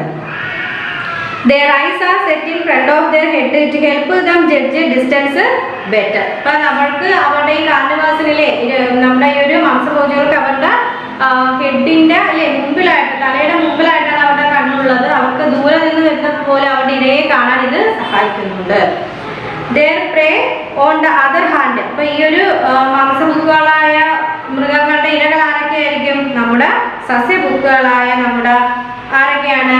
റാബിറ്റും നമ്മുടെ മുയലും അതുപോലെ തന്നെ മാനും ഒക്കെ ആയിരിക്കും ഈ മാംസഭുക്കുകളുടെ ഇരകളെന്ന് പറയുന്നത്. Their prey on the other hand have eyes on the sides of the head. അപ്പൊ ഈ ഒരു സസ്യഭുക്കുകളായ റാബിറ്റിനും മാനിനും ഒക്കെ എവിടെയാണ്? അവരുടെ ഹെഡിന്റെ സൈഡിലായിട്ടാണ് കണ്ടുകൊടുത്തേക്കുന്നത് അല്ലേ? These animals are herbivores, so unlike their predators, they either do not have canines or have canines that look like individuals. Both the hunted and hunter usually have a keen sense of smell.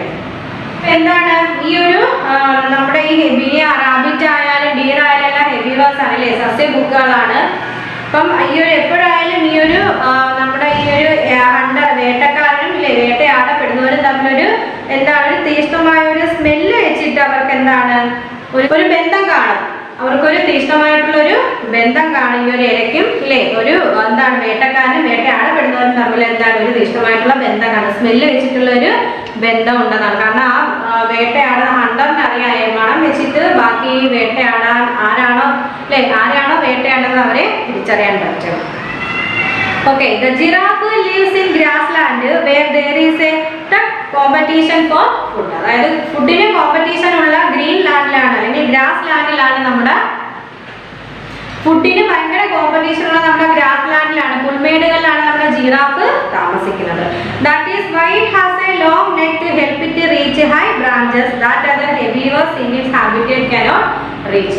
ഇപ്പൊ എന്താണ് ഈ ഒരു ജിറാഫിന് നമുക്കറിയാം നീണ്ട കഴുത്താണില്ലേ? അപ്പൊ ആ നീണ്ട കഴുത്ത് വെച്ചിട്ട് ഉയർന്ന ജില്ലകളിൽ നിന്ന് പോലും അതിന് എന്താണ് ഇലകളൊക്കെ ഭക്ഷിക്കാൻ പറ്റും ജിറാഫിന്. പക്ഷെ വേറെ ഹെർബിവേഴ്സ് ആയ നമ്മുടെ റാബിറ്റിനൊന്നും ഈ ഒരു നീണ്ട കഴുത്തില്ല. നെക്സ്റ്റ് നോക്കിക്കേ. The spines of cacti and some other plants help them protect themselves from grasses. അപ്പൊ എന്താണ് നമ്മുടെ ഈ ഒരു പുല്ലൊക്കെ ഭക്ഷിക്കുന്ന ആൾക്കാരിൽ നിന്ന് നമ്മുടെ ഈ കള്ളിച്ചെടികളെയും അതുപോലെ തന്നെ മറ്റു ചെടികൾക്കൊക്കെ എന്താ മുള്ളുണ്ട്. അവരെ സ്വയം സംരക്ഷിക്കാൻ അല്ലെ അവരെ ഭക്ഷിക്കാൻ വരുന്നവരിൽ നിന്ന് സ്വയം സംരക്ഷിക്കാൻ ഇവർക്കെല്ലാം മുള്ളുണ്ട്. There are animals with the mouth like the camel that do not mind eating them. പക്ഷേ എന്നാൽ ഒട്ടകത്തെ പോലെ കടുപ്പമുള്ള വായുള്ള മൃഗങ്ങൾ നമ്മളെ ഇവിടെയുണ്ട്. അപ്പൊ അവയ്ക്ക് ഇവ തിന്നുന്നതിൽ കാര്യമില്ല. ഓക്കെ, ഇപ്പൊ നമ്മൾ അഡാപ്റ്റേഷൻസ് ഫോർ ഫുഡാണ് റിലേറ്റഡ് ടു ഫുഡാണ് പഠിച്ചത്. അതായത് ഓരോ ജീവിക്കും അവരുടെ ഫുഡ് ഒപ്റ്റൈൻ ചെയ്യാൻ വേണ്ടി പലതരം പൊരുത്തപ്പെടലുകൾ നടത്താം, അഡാപ്റ്റേഷൻസ് നടത്താം. നമ്മൾ ഒരു ഫുഡ് ചെയിൻ പഠിച്ചു ഇല്ലേ? ഫുഡ് ചെയിൻ എന്താണ്? A food chain can be defined as a series of organisms linked together by the process of eating and being eaten. അതായത് ഭക്ഷിക്കുന്നതും ഭക്ഷിക്കപ്പെടുന്നതുമായിട്ടുള്ള പ്രക്രിയയിലൂടെ പരസ്പരം ബന്ധപ്പെട്ടിരിക്കുന്ന ജീവികളുടെ ഒരു സീരീസിനെയാണ് നമ്മൾ ഫുഡ് ചെയിൻ ഭക്ഷ്യ ശൃംഖല എന്ന് വിളിക്കുന്നത്. Grass hopper, frog, snake. അതായത് പുൽച്ചാടി തിന്നുന്നു, ആ പുൽച്ചാടിയെ ഫ്രോഗ് തിന്നുന്നു, ആ ഫ്രോഗിനെ സ്നേക്ക് കഴിക്കുന്നു. അപ്പൊ ആ ഒരു രീതിയിൽ നമുക്കൊരു ഫുഡ് ചെയിൻ പറയാം. പിന്നെന്താണ് നമ്മൾ പറഞ്ഞത്? ഓരോ ജീവികളും പല രീതിയിലാണ് അവരുടെ പൊരുത്തപ്പെടലുകൾ സ്വീകരിച്ചിട്ടാണ് ഫുഡ് ഒബ്റ്റെയിൻ ചെയ്യുന്നത്. നമ്മൾ പറഞ്ഞു നമ്മുടെ ലിസാർഡിനും ഫ്രോഗിനും ഒക്കെ നീണ്ട ഒരുമാതിരി ഒട്ടുന്ന പശയുള്ള നാക്കാണുള്ളത്. അവർ അത് വെച്ചിട്ട് പ്രാണികളെ പിടിക്കുന്നുണ്ട്. പ്രാണികളെ എന്ത് ചെയ്യുന്നു? പറവി പോലുള്ള അഡാപ്റ്റേഷൻസ് സ്വീകരിച്ച് അവയിൽ നിന്ന് രക്ഷപ്പെടുന്നു. നമ്മൾ ഏത് ചാപ്റ്ററാണ് സ്റ്റഡി ചെയ്തുകൊണ്ടിരിക്കുന്ന? Habitat and adaptations. അത് നമ്മൾ എന്താണ് ഹാബിറ്റേറ്റ്? ഓരോ ജീവികളുടെ ആവാസ വ്യവസ്ഥ ഹാബിറ്റേറ്റിനെ കുറിച്ച് പറഞ്ഞു. ബയോട്ടിക് ആൻഡ് അബയോട്ടിക് ഫാക്ടേഴ്സിനെ കുറിച്ച് നമ്മൾ പഠിച്ചു. ഹാബിറ്റേറ്റിലെ ഓരോ അബയോട്ടിക് ഫാക്ടേഴ്സിനോടും ഓരോ ഓർഗാനിസം നടത്തുന്ന അഡാപ്റ്റേഷൻസ് പൊരുത്തപ്പെടലുകൾ നമ്മൾ സ്റ്റഡി ചെയ്തു. എന്തെങ്കിലും ഡൗട്ട് ഉണ്ടെങ്കിൽ ചാപ്റ്ററിൽ നമ്മുടെ ഹാബിറ്റേറ്റ് ആൻഡ് അഡാപ്റ്റേഷൻ എന്നുള്ള പാഠം കംപ്ലീറ്റ് ചെയ്തിട്ടുണ്ട്. പിന്നെ കുറച്ച് ക്വസ്റ്റ്യൻ ആൻസർ അല്ലെ ബാലൻസ് ക്വസ്റ്റ്യൻ ആൻസർ ടീച്ചർ വീഡിയോയുടെ ബാക്കിൽ ഉൾപ്പെടുത്തിയേക്കാം. നിങ്ങൾ ക്വസ്റ്റ്യൻ എഴുതിയെടുക്കുക, അത് സ്റ്റഡി ചെയ്യണം. എന്നിട്ട് നോട്ട്സ് ടീച്ചറിന് അയച്ചു തരണം. അതുപോലെ തന്നെ നിങ്ങൾ സ്റ്റഡി ചെയ്ത വോയിസ് മെസ്സേജ് ടീച്ചറിന് വിട്ടുതരണം. എന്നിട്ട് ഈ നോട്ട്സ് എല്ലാം നമ്മുടെ കോപ്പിറൈറ്റ് ബുക്കിൽ നിങ്ങൾ എഴുതി പഠിക്കണം. അതിൻ്റെ നോട്ട്സ് ടീച്ചറിന് സെൻഡ് ചെയ്യണം. ഓക്കെ, ഇനി എന്തെങ്കിലും ഡൗട്ട് ഉണ്ടോ? അല്ലെങ്കിൽ നമുക്ക് ക്ലാസ് കഴിഞ്ഞ് ചെയ്യാം. Okay, thank you.